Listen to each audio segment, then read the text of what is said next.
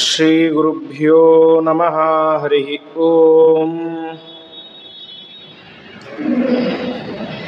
ಶ್ರೀಮಲ್ಲಕ್ಷ್ಮೀಂದ್ರಸಿಂಹಸ್ಯ ಶ್ರಿಯಂ ದಿಶತು ಮೇ ನಖಃ. ಸ್ವಭಕ್ತಾಭೀಷ್ಟದಾನಾಯ ಸಮುಪಾತ್ತದಶಾಕೃತೇಃ.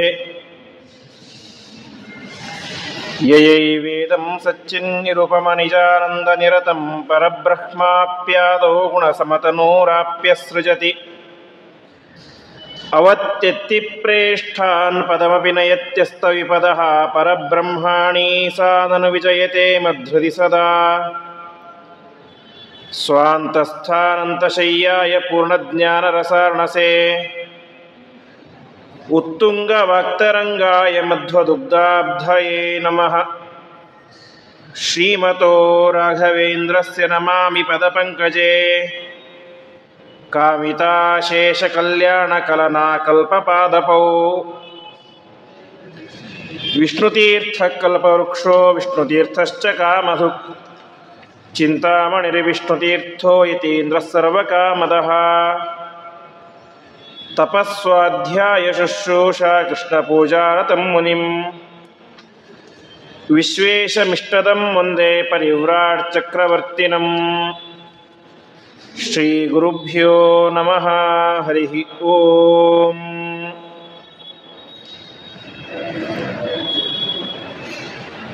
ಪದ್ಮಪುರಾಣದಲ್ಲಿ ಬರುವಂತಹ ನಮ್ಮ ಸಕಲ ವಿಧವಾದಂತಹ ರೋಗಗಳನ್ನು, ದೋಷಗಳನ್ನು, ಪಾಪಗಳನ್ನು ಮಾರ್ಜನಗೊಳಿಸುವಂತಹ, ಅರ್ಥಾತ್ ತೊಳೆದು ಹಾಕಿ ನಮ್ಮನ್ನು ಶುದ್ಧವನ್ನಾಗಿ ಮಾಡುವಂತಹ ಅದ್ಭುತವಾದಂತಹ ಒಂದು ಸ್ತೋತ್ರ, ಅದು ಅಪಮಾರ್ಜನ ಸ್ತೋತ್ರ. ಅದರ ಚಿಂತನೆಯನ್ನು ನಿನ್ನೆ ದಿನ ಅದರ ನ್ಯಾಸಗಳ ಬಗ್ಗೆ ನೋಡಿದ್ವಿ. ವಿಶೇಷವಾಗಿ ಶಾಸ್ತ್ರಕಾರರು ಹೇಳುವಂತೆ ನ್ಯಾಸ ಯಾಕೆ ಮಾಡಬೇಕು ಅಂತ. ನ್ಯಾಸ ಮಾಡೋದು ಯಾಕೆಂದರೆ ಆ ಮಂತ್ರದಿಂದ ಪ್ರತಿಪಾದ್ಯನಾದಂತಹ ಪರಮಾತ್ಮನ ಸನ್ನಿಧಾನ ನಮ್ಮ ಒಳಗಡೆ ಬರಬೇಕು ಅಂತ. ನಾವಿವತ್ತು ಗಾಯತ್ರಿ ಜಪ ಮಾಡೋಕ್ಕಾದ್ರೆ ಪ್ರಾರಂಭದಲ್ಲಿ ಮಾಡೋದೇ ಅಂಗನ್ಯಾಸ, ಕರನ್ಯಾಸ. ತತ್ಸವಿತು ಅಂಗುಷ್ಟಕಾಭ್ಯ ನಮ ವರ್ಣಿ ಪ್ರಚಲಿಭ್ಯ ನಮ ಅಂತ ಕರನ್ಯಾಸ ಮಾಡ್ತೇವೆ. ತತ್ಸವಿತು ಹೃದಯಾಯ ನಮಃ ವರೇಣ್ಯಂ ಶಿರಸೇ ಸ್ವಾಹ ಅಂತ ಆ ಗಾಯತ್ರಿ ಮಂತ್ರದ ಒಂದೊಂದು ಪಾದಗಳಿಂದಾಗಿ, ವಾಕ್ಯಗಳಿಂದಾಗಿ ನಮ್ಮ ದೇಹದಲ್ಲಿ ನ್ಯಾಸ ಮಾಡಿಕೊಳ್ತೇವೆ. ಈ ರೀತಿಯಾಗಿ ಮಾಡಿದಾಗ ಏನಾಗುತ್ತೆ, ಆ ಮಂತ್ರದ ಸನ್ನಿಧಾನ, ಮಂತ್ರ ಪ್ರತಿಪಾದ್ಯನಾದಂತಹ ಪರಮಾತ್ಮನ ಸನ್ನಿಧಾನ ನಮ್ಮಲ್ಲಿ ವಿಶೇಷವಾಗಿ ಬರುತ್ತೆ. ಅದಕ್ಕೆ ಶಾಸ್ತ್ರಕಾರರು ಹೇಳ್ತಾರೆ, ನ್ಯಾಸವನ್ನು ಮಾಡಿಕೊಳ್ಳದೇನೆ ಹಾಗೇ ಮಂತ್ರ ಜಪವನ್ನು ಮಾಡಿದ್ದೇ ಅಂತ ಆದರೆ ನ್ಯಾಸಹೀನೇ ಹರೇದ್ ಆಯುಹು ಅಂತ ಹೇಳ್ತಾರೆ.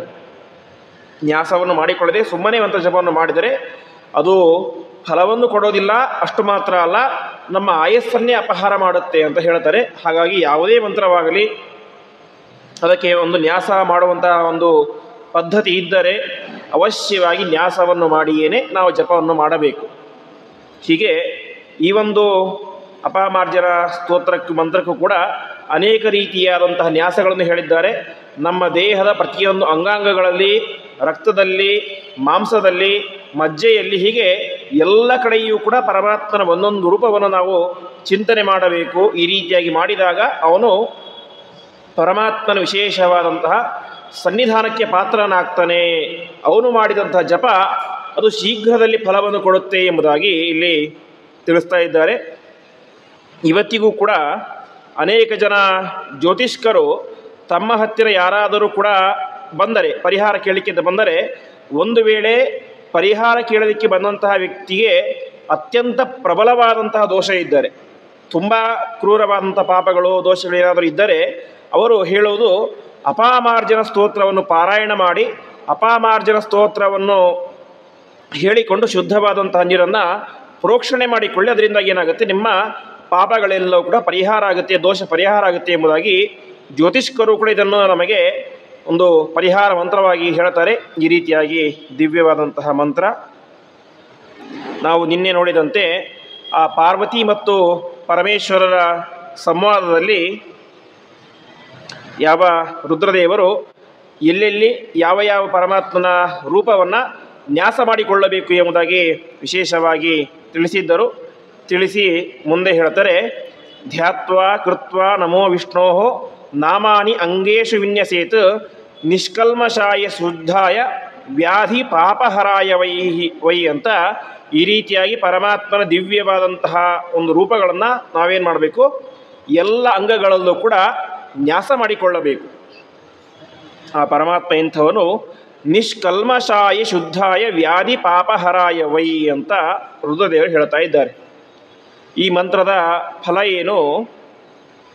ನಮ್ಮ ಪಾಪಗಳನ್ನು, ರೋಗಗಳನ್ನು, ದೋಷಗಳನ್ನು ತೊಳೆದು ಹಾಕುವುದು ಈ ಮಂತ್ರದ ಫಲ, ಸ್ತೋತ್ರದ ಫಲ. ಅರ್ಥಾತ್ ಈ ಮಂತ್ರದ ಜಪವನ್ನು ಮಾಡಿದರೆ ಪರಮಾತ್ಮ ನಮಗಿರುವಂತಹ ದೋಷಗಳನ್ನು ತೊಳೆದು ಹಾಕ್ತಾನೆ ಅಂತ ಆಯಿತು. ಯಾವತ್ತೂ ಕೂಡ ಒಬ್ಬ ವ್ಯಕ್ತಿ ಇನ್ನೊಬ್ಬ ವ್ಯಕ್ತಿಗೆ ಏನನ್ನಾದರೂ ಕೈ ಎತ್ತಿ ಕೊಡಬೇಕು ಅಂತ ಹೇಳಿದರೆ ಮೊದಲು ಆ ವ್ಯಕ್ತಿ ಹತ್ರ ವಸ್ತು ಇರಬೇಕು.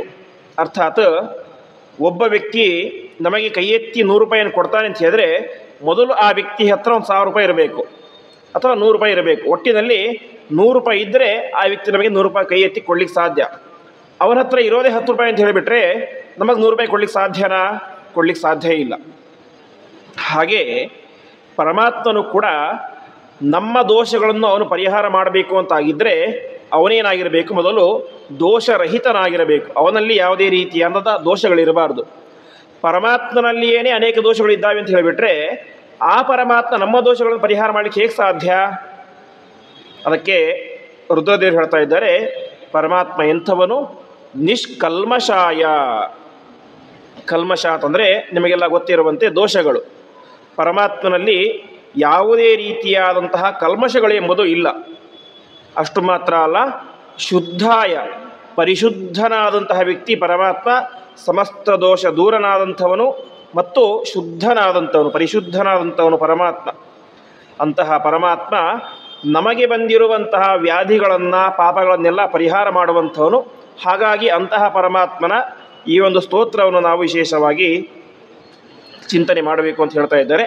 ಇಷ್ಟು ಹೇಳಿದ ಮೇಲೆ ರುದ್ರದೇವರು ಸ್ತೋತ್ರ ಪ್ರಾರಂಭ ಮಾಡೋದಕ್ಕಿಂತ ಮುಂಚೆ ಇನ್ನೊಂದು ಅದ್ಭುತವಾದ ಮಾತನ್ನು ಹೇಳ್ತಾ ಇದ್ದಾರೆ. ನಮಸ್ಕೃತ್ವ ಪ್ರವಕ್ಷ್ಯಾಮಿ ಯತ್ಸತ್ ಸಿದ್ಧ್ಯಂತಿ ಮೇ ವಚಃ ಅಂತ. ಇಂತಹ ಪರಮಾತ್ಮನಿಗೆ ನಾನು ನಮಸ್ಕಾರ ಮಾಡಿ ಹೇಳ್ತಾ ಇದ್ದೇನೆ ಈ ಸ್ತೋತ್ರವನ್ನು. ಯಾರು ಪರಮಾತ್ಮನಿಗೆ ಈ ರೀತಿಯಾಗಿ ನಮಸ್ಕಾರವನ್ನು ಮಾಡಿ ಹೇಳ್ತಾರೋ ಅದರಿಂದ ಏನಾಗುತ್ತೆ?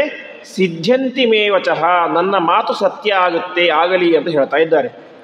ಅರ್ಥಾತ್ ಪರಮಾತ್ಮನ ನಾಮಸ್ಮರಣೆಯನ್ನು ಮಾಡಿ, ಪರಮಾತ್ಮನ ಚಿಂತನೆಯನ್ನು ಮಾಡಿ ನಾವು ಒಂದು ಮಾತನ್ನು ಹೇಳಿದರೆ, ಅನುಗ್ರಹ ರೂಪವಾಗಿ ಯಾರಿಗಾದರೂ ಹೇಳಿದರೆ, ಆಶೀರ್ವಾದ ಮಾಡಿದರೆ ಅದೇನಾಗುತ್ತೆ? ಸತ್ಯ ಆಗುತ್ತೆ ಅಂತ ಒಂದು ಪ್ರಸಿದ್ಧವಾದಂತಹ ಮಾತಿದೆ ಸಂಸ್ಕೃತದಲ್ಲಿ. ಲೌಕಿಕಾನಾಂ ಹಿ ಸಾಧೂನಾಂ ಅರ್ಥಂ ವಾಗನುವರ್ತತೆ ಋಷೀಣಾಂ ಪುನರಾದ್ಯಾನಾಂ ವಾಚಂ ಅರ್ಥೋನುಧಾವತಿ ಅಂತ. ನಿಮ್ಮಂತಹ ಸಾಮಾನ್ಯರು ಒಂದು ಮಾತನ್ನು ಹೇಳ್ತೇವೆ. ಆ ಮಾತು ಹೇಗಿರುತ್ತೆ ಅಂತಂದರೆ ಅದು ಆಗಿರುತ್ತೆ, ಸೊ ಅದನ್ನು ಹೇಳ್ತೇವೆ. ಅರ್ಥಾತ್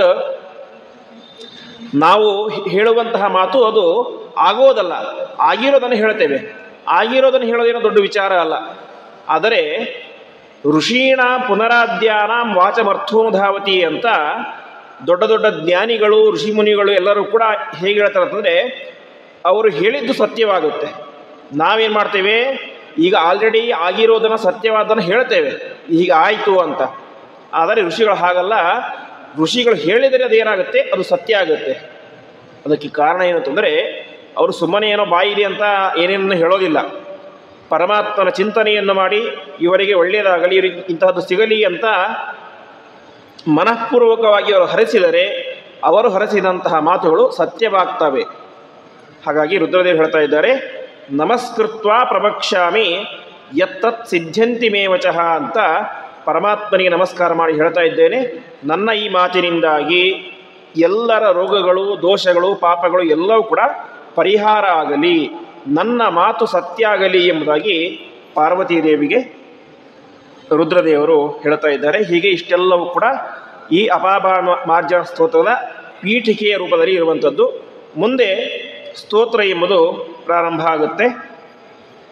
ಪರಮಾತ್ಮನ ಅನೇಕ ರೂಪಗಳಿಗೆ ನಮಸ್ಕಾರ ಮಾಡಿ ಪ್ರಾರ್ಥನೆ ಮಾಡುವಂಥ ಅದ್ಭುತವಾದಂತಹ ಒಂದು ಸ್ತೋತ್ರ. ತ್ರಿವಿಕ್ರಮಾಯ ರಾಮಾಯ ವೈಕುಂಠಾಯ ನರಾಯ ಚ ವಾರಾಹಾಯ ನೃಸಿಂಹಾಯ ವಾಮನಾಯ ಮಹಾತ್ಮನೆ ಹಯಗ್ರೀವಾಯ ಶುಭ್ರಾಯ ಹೃಷಿಕೇಶ ಹರಾಶುಭಂ ಅಂತ ಸುಲಭವಾಗಿದೆ, ಓದಿದ ತಕ್ಷಣ ಅರ್ಥ ಆಗ್ಬಿಡುತ್ತೆ ನಮಗೆ. ಪರಮಾತ್ಮನಿಗೆ ನಮಸ್ಕಾರ ಅಂತ. ಎಂತಹ ಪರಮಾತ್ಮನಿಗೆ ನಮಸ್ಕಾರ? ತ್ರಿವಿಕ್ರಮಾಯ. ತ್ರಿವಿಕ್ರಮ ಅಂತಂದರೆ ಹೆಜ್ಜೆಗಳು ಅಂತ. ಪರಮಾತ್ಮ ಎಂಥವನು? ತ್ರಿವಿಕ್ರಮ, 3 ಹೆಜ್ಜೆ ಇರುವಂಥವನು ಅಂತ. 3 ಹೆಜ್ಜೆ ಏನು? ನಾವು 100 ಹೆಜ್ಜೆ ಇಡ್ತೇವೆ, ದಿವಸಕ್ಕೆ 100 ಹೆಜ್ಜೆ ಇಡ್ತೇವೆ, 1000 ಹೆಜ್ಜೆ ಇಡ್ತೇವೆ, 10 ಹೆಜ್ಜೆ ಇಡ್ತೇವೆ. ಹೀಗೆ ನಮ್ಮ ಯೋಗ್ಯತಾನುಸಾರವಾಗಿ ಅನೇಕ ಹೆಜ್ಜೆಗಳ ಕಾಲ ನಡೀತೇವೆ ನಾವು. ಅದೇನು ಪರಮಾತ್ಮನಿಗೆ 3 ಹೆಜ್ಜೆ ಅನ್ನೋದೇನು ಹೆಚ್ಚುಗಾರಿಕೆ ಆಯಿತು ಅಂತ ಪ್ರಶ್ನೆ ಬಂದರೆ, ಭಾಗವತದ ಅಷ್ಟಮ ಸ್ಕಂದವನ್ನು ನೋಡಿದರೆ ನಮಗೆ ಅರ್ಥ ಆಗುತ್ತೆ ಪರಮಾತ್ಮನ 3 ಹೆಜ್ಜೆಯ ಮಹತ್ವ ಏನು ಅಂತ. ಪರಮಾತ್ಮ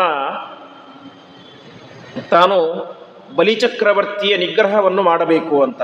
ಯಾಕೆ ಅಂತಂದರೆ, ಯಾವತ್ತೂ ಕೂಡ ನಮ್ಮ ಯೋಗ್ಯತೆ ಏನಿರುತ್ತೋ ಅಷ್ಟನ್ನು ಮಾತ್ರ ಪಡೀಲಿಕ್ಕೆ ಸಾಧ್ಯ ಅಂತೆ. ಯೋಗ್ಯತೆ ಮೀರಿ ನಾವು ಪುಣ್ಯವನ್ನು ಸಂಪಾದನೆ ಮಾಡಿದರೂ ಕೂಡ ಆ ಪುಣ್ಯ ಯಾವುದೋ ಒಂದು ರೀತಿಯಲ್ಲಿ ಅದು ಸೋರಿ ಹೋಗಿಬಿಡುತ್ತೆ, ಅದು ನಾಶವಾಗಿ ಹೋಗಿಬಿಡುತ್ತೆ. ಹಾಗೆ ಬಲಿಚಕ್ರವರ್ತಿಯು ಕೂಡ ತನಗೆ ಈ ಕಲ್ಪದಲ್ಲಿ ಯೋಗ್ಯತೆಯನ್ನು ಮೀರಿದಂತಹ ಒಂದು ಅವಕಾಶವನ್ನು ಬಯಸ್ತಾ ಇದ್ದ. ಅದೇ ತಾನು ದೇವೇಂದ್ರನಾಗಬೇಕು ಅಂತ. ಅವನಿಗೆ ವಾಸ್ತವಿಕವಾಗಿ ಮುಂದಿನ ಕಲ್ಪದಲ್ಲಿ ದೇವೇಂದ್ರನ ಪಟ್ಟ ಪರಮಾತ್ಮ ಕೊಡುವವನೇ ಇದ್ದ. ಆದರೆ ಅವನಿಗೆ ಅವಸರ, ಆಸೆ, ದುರಾಸೆ, ಹಾಗಾಗಿ ಇದೇ ಜನ್ಮದಲ್ಲಿ ನಾನು ಇಂದ್ರನಾಗಬೇಕು ಅಂತ 100 ಅಶ್ವಮೇಧ ಯಾಗಗಳನ್ನು ಮಾಡ್ತಾ ಇದ್ದ. ಆ 100ನೇ ಅಶ್ವಮೇಧ ಯಾಗದ ಸಂದರ್ಭದಲ್ಲಿ ಯಾವ ಪರಮಾತ್ಮ ವಾಮನ ರೂಪವನ್ನು ಧಾರಣೆ ಮಾಡಿ ತಾನೇನು ಮಾಡ್ತಾ ಇದ್ದಾನೆ, ಅವನ ಹತ್ತಿರ ಬಂದು ಕೇಳಿದ, ನನಗೆ 3 ಹೆಜ್ಜೆ ದಾನವನ್ನು ಕೊಡುವು ಅಂತ. ಬಲಿಚಕ್ರವರ್ತಿ ಜೋರಾಗಿ ನಕ್ಕು ಬಿಡ್ತಾನೆ ಅಂತೆ. ಎಂತಹ ಬಾಲಕ ನೀನು? ತ್ವಂ ಬಾಲಃ ಬಾಲಿಶಮತಿ ಅಂತ. ನೀನು ಬಾಲಕ, ನಿನ್ನ ಬುದ್ಧಿಯು ಕೂಡ ಬಾಲಿಶವಾದದ್ದು. ಯಾಕೆಂದರೆ ನನ್ನಂತಹ ಒಬ್ಬ ಚಕ್ರವರ್ತಿಯ ಹತ್ತಿರ ಬಂದು ನೀನೇನು ಕೇಳ್ತಾ ಇದ್ದೀಯಾ? ಕೇವಲ 3 ಪಾದ ಭೂಮಿಯನ್ನು ಕೇಳ್ತಾ ಇದ್ದೀಯ, ನಿನಗೆ ಬುದ್ಧಿ ಇಲ್ಲ ಅಂತ ಬೇದಿ ಬಿಡ್ತಾನೆ. ಆವಾಗ ವಾಮನ ಹೇಳ್ತಾ, ಇಲ್ಲ ನನಗೆ 3 ಪಾದ ಭೂಮಿಯೇ ಬೇಕು. ಅದು ಕೂಡ ಯಾರ ಪಾದದ ಅಳತೆ?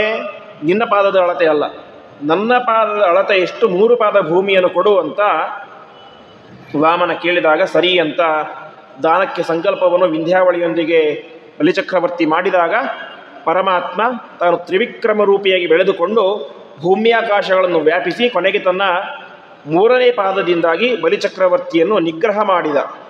ಆವಾಗ ಪರಮಾತ್ಮನಿಗೆ ಬಂದಂಥ ಹೆಸರೇನು? ತ್ರಿವಿಕ್ರಮ ಅಂತ. ಹಿಂದಿನ ನಾ ಹೇಳಿದಂತೆ ಕ್ರಮ ಅಂದರೆ ಹೆಜ್ಜೆ, ವಿಕ್ರಮ ಅಂದರೆ ಶ್ರೇಷ್ಠವಾದಂತಹ ಹೆಜ್ಜೆ, ತ್ರಿವಿಕ್ರಮ ಅಂದರೆ 3 ಹೆಜ್ಜೆಗಳುಳ್ಳಂಥವನು ಪರಮಾತ್ಮ ಅಂತ. ಅಂತಹ ತ್ರಿವಿಕ್ರಮ ರೂಪಿಯಾದಂತಹ ಪರಮಾತ್ಮನಿಗೆ ಆ ತನ್ನ ಪಾದದ ಅಂಗುಷ್ಠದಿಂದಾಗಿ ಗಂಗೆಯನ್ನೇ ತಂದಂತಹ ಪರಮಾತ್ಮನಿಗೆ ನಮಸ್ಕಾರ. ಅದಾದ ಮೇಲೆ ರಾಮಾಯ, ರಾಮದೇವರು ಮೊನ್ನೆ ಅಷ್ಟೇ ರಾಮನವಮಿ ಆಯಿತು. ಒಬ್ಬ ಮನುಷ್ಯನಾದಂಥವನು, ಭೂಮಿಯ ಮೇಲೆ ವಾಸ ಮಾಡುವಂತಹ ಒಬ್ಬ ಮನುಷ್ಯ ಯಾವ ರೀತಿಯಾಗಿ ಜೀವನ ಮಾಡಬೇಕು, ಯಾವ ರೀತಿಯಾಗಿ ಪರೋಪಕಾರಿಯಾಗಿ ಇರಬೇಕು, ಯಾವ ರೀತಿಯಾಗಿ ಇನ್ನೊಬ್ಬರ ಮನಸ್ಸಿಗೆ ಕಿಂಚಿತ್ತೂ ಕೂಡ ನೋವಾಗದಂತೆ ಇರಬೇಕು ಅಂತ ಜಗತ್ತಿಗೆ ತೋರಿಸಿಕೊಟ್ಟಂತಹ ಅದ್ಭುತವಾದಂತಹ ಒಂದು ಪರಮಾತ್ಮನ ರೂಪ ಅಂತಂದರೆ ಅದು ರಾಮರೂಪ. ಪತಿಪತಿ ಗುಣಸಾಂದ್ರ ಪಾತು ಮಾಂ ರಾಮಚಂದ್ರ ಅಂತ ತನ್ನ ಪ್ರತಿಯೊಂದು ನಡೆ ನುಡಿ ಎಲ್ಲದರಲ್ಲೂ ಕೂಡ ಗುಣವನ್ನು ತೋರಿಸಿದಂತಹ ವ್ಯಕ್ತಿ ಪರಮಾತ್ಮ. ತಾನಾಗಿಯೇ ಬಂದಂತಹ ರಾಜ್ಯವನ್ನು ಕೇವಲ ತಂದೆಯ ಮಾತಿಗೋಸ್ಕರ ತ್ಯಾಗ ಮಾಡಿ 14 ವರ್ಷ ಕಾಲ ವನವಾಸವನ್ನು ಅನುಭವಿಸಿ ಅಲ್ಲಿ ಅನೇಕ ದುಷ್ಟ ರಾಕ್ಷಸರನ್ನೆಲ್ಲ ಸಂಹಾರ ಮಾಡಿ ಮುಂದೆ 11,700 ವರ್ಷಗಳ ಕಾಲ ರಾಜ್ಯಭಾರವನ್ನು ಮಾಡಿ ಕೊನೆಗೆ ಕ್ರಿಮಿಕೀಟಗಳನ್ನು ಕೂಡ ಮೋಕ್ಷಕ್ಕೆ ಕರೆದುಕೊಂಡು ಹೋದಂತಹ ಪರಮಾತ್ಮನ ಒಂದು ಅದ್ಭುತವಾದಂತಹ ರೂಪ ರಾಮರೂಪ. ಅಂತಹ ರಾಮರೂಪಕ್ಕೆ ನಮಸ್ಕಾರ ಅಂತ ಹೇಳ್ತಾ ಇದ್ದಾರೆ.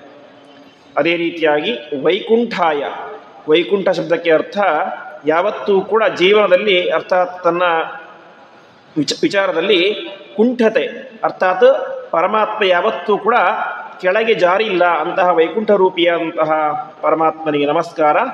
ಮತ್ತು ನರಾಯಚ, ಪರಮಾತ್ಮನ ಇನ್ನೊಂದು 2 ರೂಪಗಳು ನರನಾರಾಯಣ ರೂಪಗಳು ಅಂತ. ನಾವು ಇವತ್ತು ಕೂಡ ಬದರಿಕಾಶ್ರಮದ ಆ ದೇವಸ್ಥಾನ ಹಿಂಭಾಗದಲ್ಲಿ ನೋಡ್ತೇವೆ ನರನಾರಾಯಣ ಪರ್ವತ ಅಂತ. ಅಲ್ಲಿ ವಿಶೇಷವಾಗಿ ಪರಮಾತ್ಮನ ಆವೇಶ ಎಂಬುದು ನರನಲ್ಲಿ ಇತ್ತು, ಶೇಷನಲ್ಲಿ ಇತ್ತು. ಅಂತಹ ಪರಮಾತ್ಮನಿಗೆ ನಮಸ್ಕಾರ. ಮತ್ತು ವಾರಾಹಾಯ ನೃಸಿಂಹಾಯ ಅಂತ ಪರಮಾತ್ಮ ಇನ್ನೂ ಎರಡು ಅದ್ಭುತವಾದಂತಹ ರೂಪಗಳು. ಅದು ಒಂದು ವರಾಹ ಅವತಾರ, ಇನ್ನೊಂದು ನರಸಿಂಹ ಅವತಾರ. ವಾಸ್ತವಿಕವಾಗಿ ವರಾಹ ಅವತಾರ ಆಗಿದ್ದು ಒಟ್ಟು 2 ಸಲ ಆಗಿದೆ ಅಂತ ನಮಗೆ ಭಾಗವತ ತಿಳಿಸುತ್ತೆ. ಪ್ರಾರಂಭದಲ್ಲಿ ಯಾವಾಗಾಯಿತು ಅಂದರೆ ಸೃಷ್ಟಿಯಾಗಿ ಪ್ರಾರಂಭದಲ್ಲಿ ಏನೇ ಭೂಮಿ ಏನಾಯಿತು, ಮುಳುಗಲಿಕ್ಕೆ ಪ್ರಾರಂಭ ಆಯಿತು. ಭೂಮಿ ನೀರಿನಲ್ಲಿ ಮುಳುಗಲಿಕ್ಕೆ ಪ್ರಾರಂಭ ಆಯಿತು. ಆ ಸಂದರ್ಭದಲ್ಲಿ ಯಾವ ವರಾಹರೂಪಿಯಾದಂತಹ ಪರಮಾತ್ಮ ತಾನು ಅವತಾರವನ್ನು ಮಾಡಿ ಏನು ಮಾಡಿದ, ಭೂಮಿಯನ್ನು ಎತ್ತಿಡಬೇಕು ಅಂತ ಹೋಗ್ತಾ ಇದ್ದಾನೆ. ಆ ಸಂದರ್ಭದಲ್ಲಿ ಒಬ್ಬ ರಾಕ್ಷಸ ಬಂದ, ಅವನೇ ಹಿರಣ್ಯಾಕ್ಷ ಅಂತ. ಅವನು ಈ ಹಿರಣ್ಯಾಕ್ಷ ಅಲ್ಲ, ಹಿರಣ್ಯಕಶಿಪುವಿನ ತಮ್ಮನಾದಂಥ ಹಿರಣ್ಯಾಕ್ಷ ಅಲ್ಲ, ಬ್ರಹ್ಮಜಃ ಅಂತ ಬ್ರಹ್ಮದೇವರ ಮಗನಾದಂತಹ ಹಿರಣ್ಯಾಕ್ಷ ಎನ್ನುವ ದೈತ್ಯ ಅವನೇ ಮಾಡಿದ ವರಾಹದೇವರನ್ನು ತಡೀಲಿಕ್ಕೆ ಅಂತ ಬಂದ. ಆ ಸಂದರ್ಭದಲ್ಲಿ ವಿಶೇಷವಾಗಿ ವರಾಹದೇವರು ಅವನನ್ನು ಸಂಹಾರ ಮಾಡ್ತಾರೆ. ಇದು 1 ಸಲ ಆಯಿತು. ಮುಂದೆ ಮತ್ತೆ ಹಿರಣ್ಯಾಕ್ಷನಾಗಿ ಅವತಾರ ಮಾಡಿದಾಗ ದೈತ್ಯ ಆವಾಗ ತಾನು ಭೂಮಿಯನ್ನು ಮುಳುಗಿಸಲಿಕ್ಕೆ ಪ್ರಾರಂಭ ಮಾಡ್ತಾನೆ. ಮೊದಲನೇ ಸಲ ಭೂಮಿ ತಾನಾಗಿಯೇ ಮುಳುಗ್ತಾ ಇತ್ತು, ಆವಾಗ ಎತ್ತಲಿಕ್ಕೆ ಬಂದಂತಹ ವರಾಹದೇವರಿಗೆ ಅಡ್ಡಿಯನ್ನು ಮಾಡಿದ. 2ನೇ ಬಾರಿ ತಾನಾಗಿಯೇ ಭೂಮಿಯನ್ನು ಮುಳುಗಿಸಲಿಕ್ಕೆ ಅಂತ ಹೊರಟ, ಆವಾಗ ಮತ್ತೆ ಪರಮಾತ್ಮ ವರಾಹನಾಗಿ ಅವತಾರವನ್ನು ಮಾಡಿ ತಾನೇ ಮಾಡಿದ ಹಿರಣ್ಯಾಕ್ಷನ ಸಂಹಾರವನ್ನು ಮಾಡಿದ. ಹೀಗೆ ನಮ್ಮೆಲ್ಲರನ್ನು ಹೊತ್ತುಕೊಂಡದ್ದು ಈ ಭೂಮಿ. ಈ ಭೂಮಿಯನ್ನು ಉದ್ಧಾರ ಮಾಡಿದಂಥವ್ರು ಯಾರು? ವರಾಹದೇವರು. ಅಂತಹ ವರಾಹದೇವರಿಗೆ ನಮಸ್ಕಾರ. ಮತ್ಯಾರಿಗೆ ನಮಸ್ಕಾರ? ನರಸಿಂಹಾಯ. ನರಸಿಂಹ ರೂಪ ವಿಶೇಷವಾಗಿ ಮಧ್ವಾಚಾರ್ಯರು ತಂತ್ರಸಾರ ಸಂಗ್ರಹದಲ್ಲಿ ಹೇಳುವಂತೆ ನೃಸಿಂಹಾದಿಕ ಮನ್ಯಚ್ಚ ದುರಿತಾದಿ ನಿವೃತ್ತಯೇ ಅಂತ ನರಸಿಂಹ ಮಂತ್ರ. ಅದು ನಮ್ಮ ಎಲ್ಲ ದುರಿತಗಳನ್ನು ಕೂಡ ನಿವಾರಣೆ ಮಾಡುವಂಥ ಒಂದು ಅದ್ಭುತವಾದಂತಹ ಮಂತ್ರ. ಉಗ್ರಂ ವೀರಂ ಮಹಾವಿಷ್ಣುಂ ಜ್ವಲಂತಂ ಸರ್ವತೋಮುಖಂ ನೃಸಿಂಹಂ ಭೀಷಣಂ ಭದ್ರಂ ಮೃತ್ಯೋ ಮೃತ್ಯುಂ ನಮಾಮ್ಯಹಂ ಅಂತ ಆ ಮೃತ್ಯುವಿಗೆ ಮೃತ್ಯುವಾದಂತಹ ಅದ್ಭುತವಾದಂತಹ ಪರಮಾತ್ಮನ ರೂಪ ಅದು ನರಸಿಂಹ ರೂಪ. ಅಂತಹ ನರಸಿಂಹದೇವರಿಗೆ ನಮಸ್ಕಾರ. ಮತ್ತು ವಾಮನಾಯ ಮಹಾತ್ಮನೆ ಅಂತ ವಾಮನ ರೂಪಿಯಾದಂತಹ ಪರಮಾತ್ಮನಿಗೆ ನಮಸ್ಕಾರ. ಮತ್ತು ಹಯಗ್ರೀವಾಯ ಶುಭ್ರಾಯ ಹೃಷಿಕೇಶ ಹರಾಶುಭಂ ಅಂತ ಹಯಗ್ರೀವ ರೂಪಿಯಾದಂತಹ ಪರಮಾತ್ಮನಿಗೆ ನಮಸ್ಕಾರ ಅಂತ ಹೇಳ್ತಾ ಇದ್ದಾರೆ. ಇಲ್ಲಿ ಒಂದು ಪದವನ್ನು ಹೇಳ್ತಾ ಇದ್ದಾರೆ, ಹಯಗ್ರೀವಾಯ ಶುಭ್ರಾಯ ಅಂತ. ಶುಭ್ರವಾದಂತಹ ಬಿಳಿ ಬಣ್ಣದ ಹಯಗ್ರೀವ ರೂಪಿಯಾದಂತಹ ಪರಮಾತ್ಮನಿಗೆ ನಮಸ್ಕಾರ. ಹಯಗ್ರೀವ ದೇವರ ಅವತಾರ ಆಗಿದ್ದು ವಿಶೇಷವಾಗಿ ತೀರ್ಥ ಪ್ರಬಂಧದಲ್ಲಿ ವಾದಿರಾಜ ಗುರುಸಾರ್ವಭೌಮರು ಹೇಳಬೇಕಾದರೆ, ಇವತ್ತು ಬದರಿ ಕ್ಷೇತ್ರದಲ್ಲಿರುವಂಥ ವಸುಧಾರ ಎನ್ನುವಂತಹ ಒಂದು ಪ್ರದೇಶ, ಆ ವಸುಧಾರ ಎನ್ನುವಂಥ ಸ್ಥಳದಲ್ಲಿ ಬ್ರಹ್ಮದೇವರು ಒಂದು ಯಾಗವನ್ನು ಮಾಡ್ತಾ ಇರ್ತಾರೆ. ಆ ಯಾಗದಲ್ಲಿ ಅವತಾರ ಮಾಡಿದಂಥವನು ಹಯಗ್ರೀವ ರೂಪಿಯಾದಂತಹ ಪರಮಾತ್ಮ. ವೇದಗಳನ್ನು ಉದ್ಧಾರ ಮಾಡಿದಂತಹ ಪರಮಾತ್ಮನ ಕುದುರೆಯ ಒಂದು ರೂಪ. ಪರಮಾತ್ಮ ಕೇವಲ ಮನುಷ್ಯ ರೂಪದಲ್ಲಿ ಅವತಾರ ಮಾಡಲಿಲ್ಲ, ಮೀನಾಗಿ ಅವತಾರ ಮಾಡಿದ, ಅದೇ ರೀತಿಯಾಗಿ ಆಮೆಯಾಗಿ ಅವತಾರ ಮಾಡಿದ, ಹಂದಿಯಾಗಿ ಅವತಾರ ಮಾಡಿದ, ಹಯಗ್ರೀವನಾಗಿ ಅವತಾರ ಮಾಡಿದ. ಈ ಕಡೆ ಸಿಂಹವೂ ಅಲ್ಲ, ಈ ಕಡೆ ಮನುಷ್ಯನೂ ಅಲ್ಲ, ಆ ರೀತಿಯಾಗಿ ನರಸಿಂಹ ರೂಪದಿಂದಾಗಿ ಅವತಾರ ಮಾಡಿದ. ಹೀಗೆ ಅನೇಕ ರೂಪಗಳಿಂದಾಗಿ ಪರಮಾತ್ಮ ತಾನು ಅವತಾರವನ್ನು ಮಾಡಿ ಜನರ ಉದ್ಧಾರವನ್ನು ಮಾಡಿದ್ದಾನೆ. ಅಂತಹ ಪರಮಾತ್ಮನೇ ನನ್ನ ಎಲ್ಲ ರೀತಿಯಾದಂತಹ ಅಶುಭವನ್ನು ಅಪಹಾರ ಮಾಡು. ಪರಮಾತ್ಮ ಅವನು ದೊಡ್ಡ ಕಳ್ಳ ಅಂತ ಯಾವ ಆಚಾರ್ಯರು ಕೃಷ್ಣಾವೃತ ಮಹಾರಾಣದಲ್ಲಿ ಹೇಳ್ತಾರೆ. ನಾರಾಯಣೋ ನಾಮ ನರೋ ನರಾಣಂ ಪ್ರಸಿದ್ಧ ಚೋರ ಕಥಿತ ಪೃಥಿವ್ಯಂ. ಪರಮಾತ್ಮ ಸಾಮಾನ್ಯ ಕಳ್ಳ ಅಲ್ಲ, ಒಳ್ಳೆ ಪ್ರಸಿದ್ಧನಂತಹ ಒಳ್ಳೆ ಫೇಮಸ್ ಕಳ್ಳ ಅಂತ ಹೇಳ್ತಾರೆ.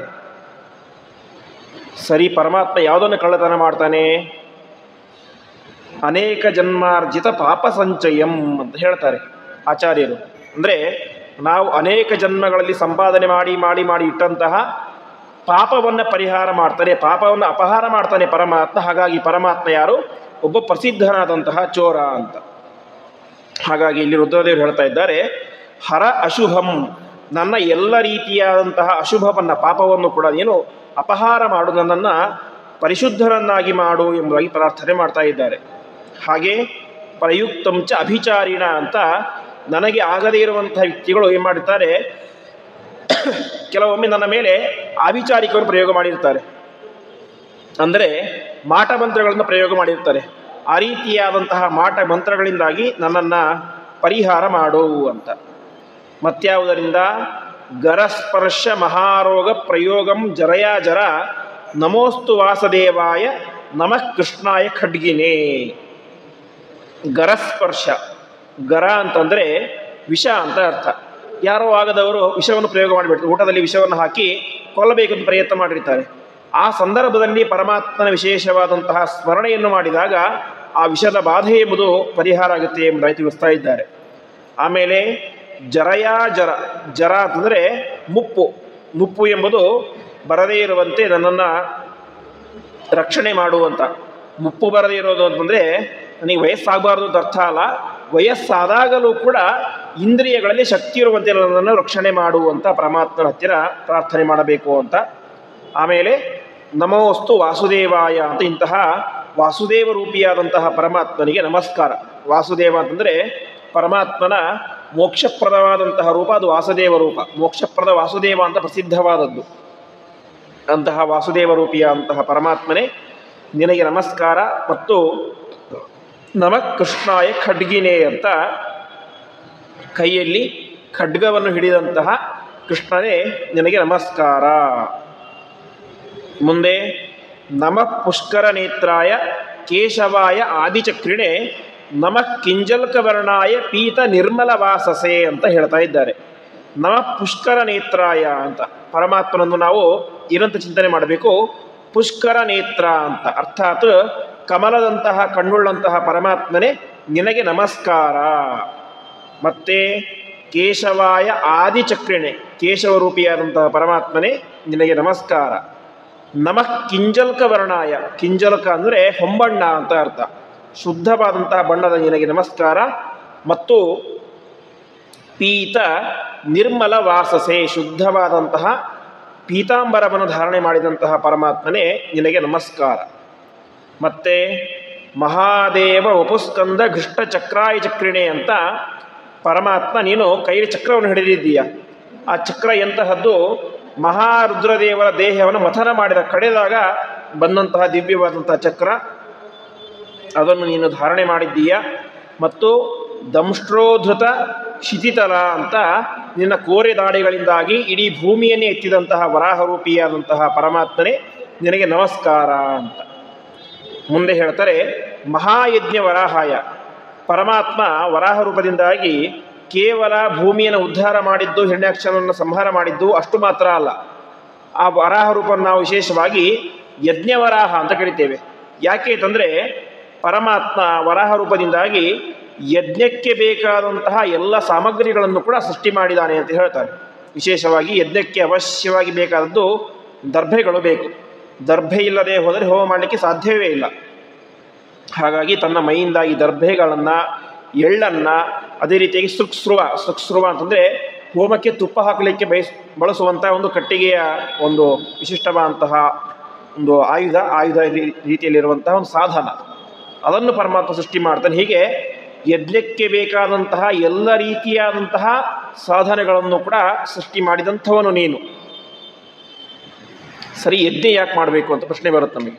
ಅದಕ್ಕೆ ಹೇಳ್ತಾರೆ ಶಾಸ್ತ್ರದಲ್ಲಿ, ಸಹಯಜ್ಞ ಪ್ರಜಾ ಸೃಷ್ಟ್ವ ಪುರೋವಾಚ ಪ್ರಜಾಪತಿ ಅಂತ ಪರಮಾತ್ಮ ಮತ್ತು ಬ್ರಹ್ಮದೇವರು ನಮ್ಮೆಲ್ಲರನ್ನು ಕೂಡ ಸೃಷ್ಟಿ ಮಾಡಿದರು. ಜೀವರನ್ನು ಸೃಷ್ಟಿ ಮಾಡಿದರು, ಪ್ರಜೆಗಳನ್ನು ಸೃಷ್ಟಿ ಮಾಡೋಕ್ಕಾದರೆ ಬರೀ ಪ್ರಜೆಗಳನ್ನು ಸೃಷ್ಟಿ ಮಾಡಿಲ್ಲ ಅಂತೆ. ಪ್ರಜೆಗಳ ಜೊತೆಯಲ್ಲಿ ಯಜ್ಞಯಾಗಗಳನ್ನು ಕೂಡ ಸೃಷ್ಟಿ ಮಾಡಿದರು ಅಂತ ಹೇಳ್ತಾರೆ.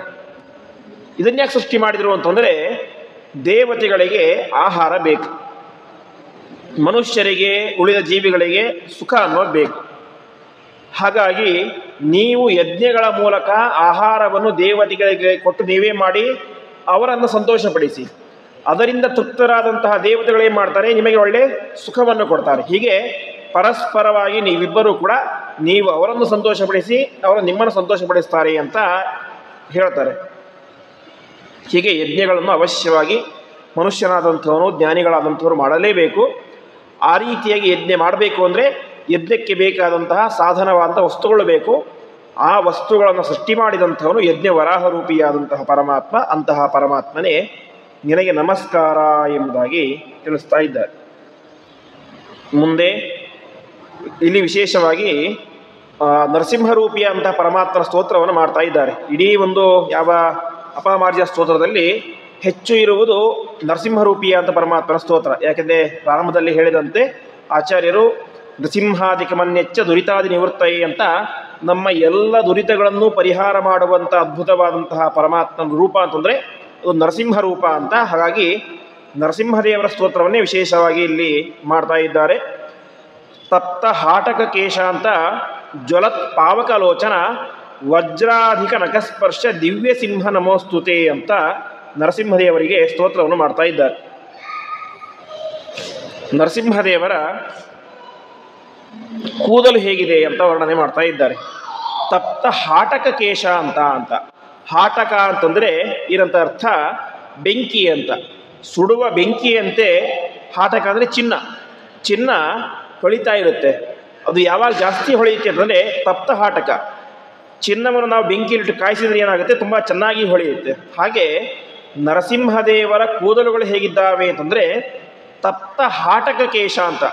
ಕಾದಿರುವಂತಹ ಯಾವ ಚಿನ್ನದಂತೆ ನಿಮ್ಮ ಕೂದಲುಗಳು ಸುಂದರವಾಗಿ ಇದ್ದಾವೆ.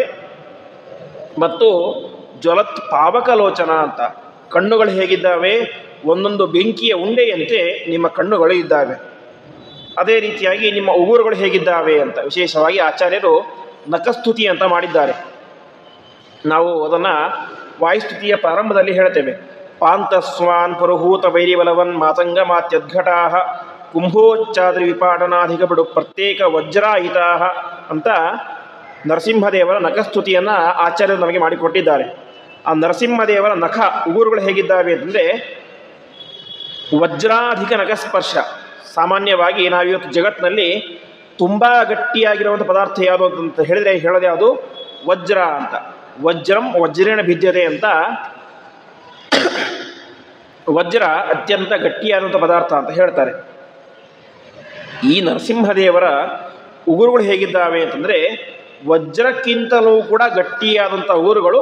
ಅದು ನರಸಿಂಹದೇವರ ಉಗುರುಗಳು. ಅಂತಹ ದಿವ್ಯ ಸಿಂಹ ನಮೋಸ್ತುತೆ, ಮಹಾ ನರಸಿಂಹದೇವರೇ ನಿಮಗೆ ನಮಸ್ಕಾರ ಅಂತ ನರಸಿಂಹದೇವರ ನಮಸ್ಕಾರವನ್ನು ಮಾಡ್ತಾ ಇದ್ದಾರೆ. ಮುಂದೆ ಯಾವ ವಾಮನರೂಪಿಯಾದಂತಹ ಪರಮಾತ್ಮನ ಸ್ತೋತ್ರ.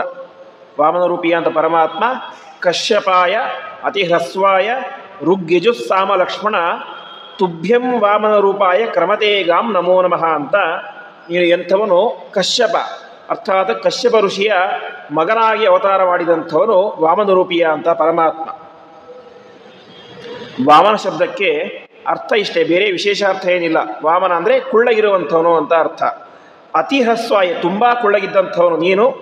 ಋಗ್ಯಜು ಸಾಮಲಕ್ಷ್ಮಣ ಅಂತ ಋಗ್ವೇದ ಯಜುರ್ವೇದ ಸಾಮವೇದಗಳ ರೂಪದಂತೆ ಇರುವಂಥವನು ಪರಮಾತ್ಮ ನೀನು. ಅಂತಹ ತುಭ್ಯಂ ವಾಮನ ರೂಪಾಯ ಕ್ರಮತೆ ಗಾಂ ನಮೋ ನಮಃ ಅಂತ ನಿನ್ನ 3 ಹೆಜ್ಜೆಗಳಿಂದಾಗಿ ಇಡೀ ಬ್ರಹ್ಮಾಂಡವನ್ನೇ ಅಳೆದಂತಹ ಅದ್ಭುತ ವ್ಯಕ್ತಿ ನೀನು. ಅಂತಹ ಪರಮಾತ್ಮನೇ ನಿನಗೆ ನಮಸ್ಕಾರ ಅಂತ ವಾಮನರೂಪಿಯಾದಂತಹ ಪರಮಾತ್ಮನಿಗೆ ನಮಸ್ಕಾರ ಮಾಡ್ತಾ ಇದ್ದಾರೆ. ಮುಂದೆ ವರಾಹರೂಪಿಯಾದಂತಹ ಪರಮಾತ್ಮನ ನಮಸ್ಕಾರ.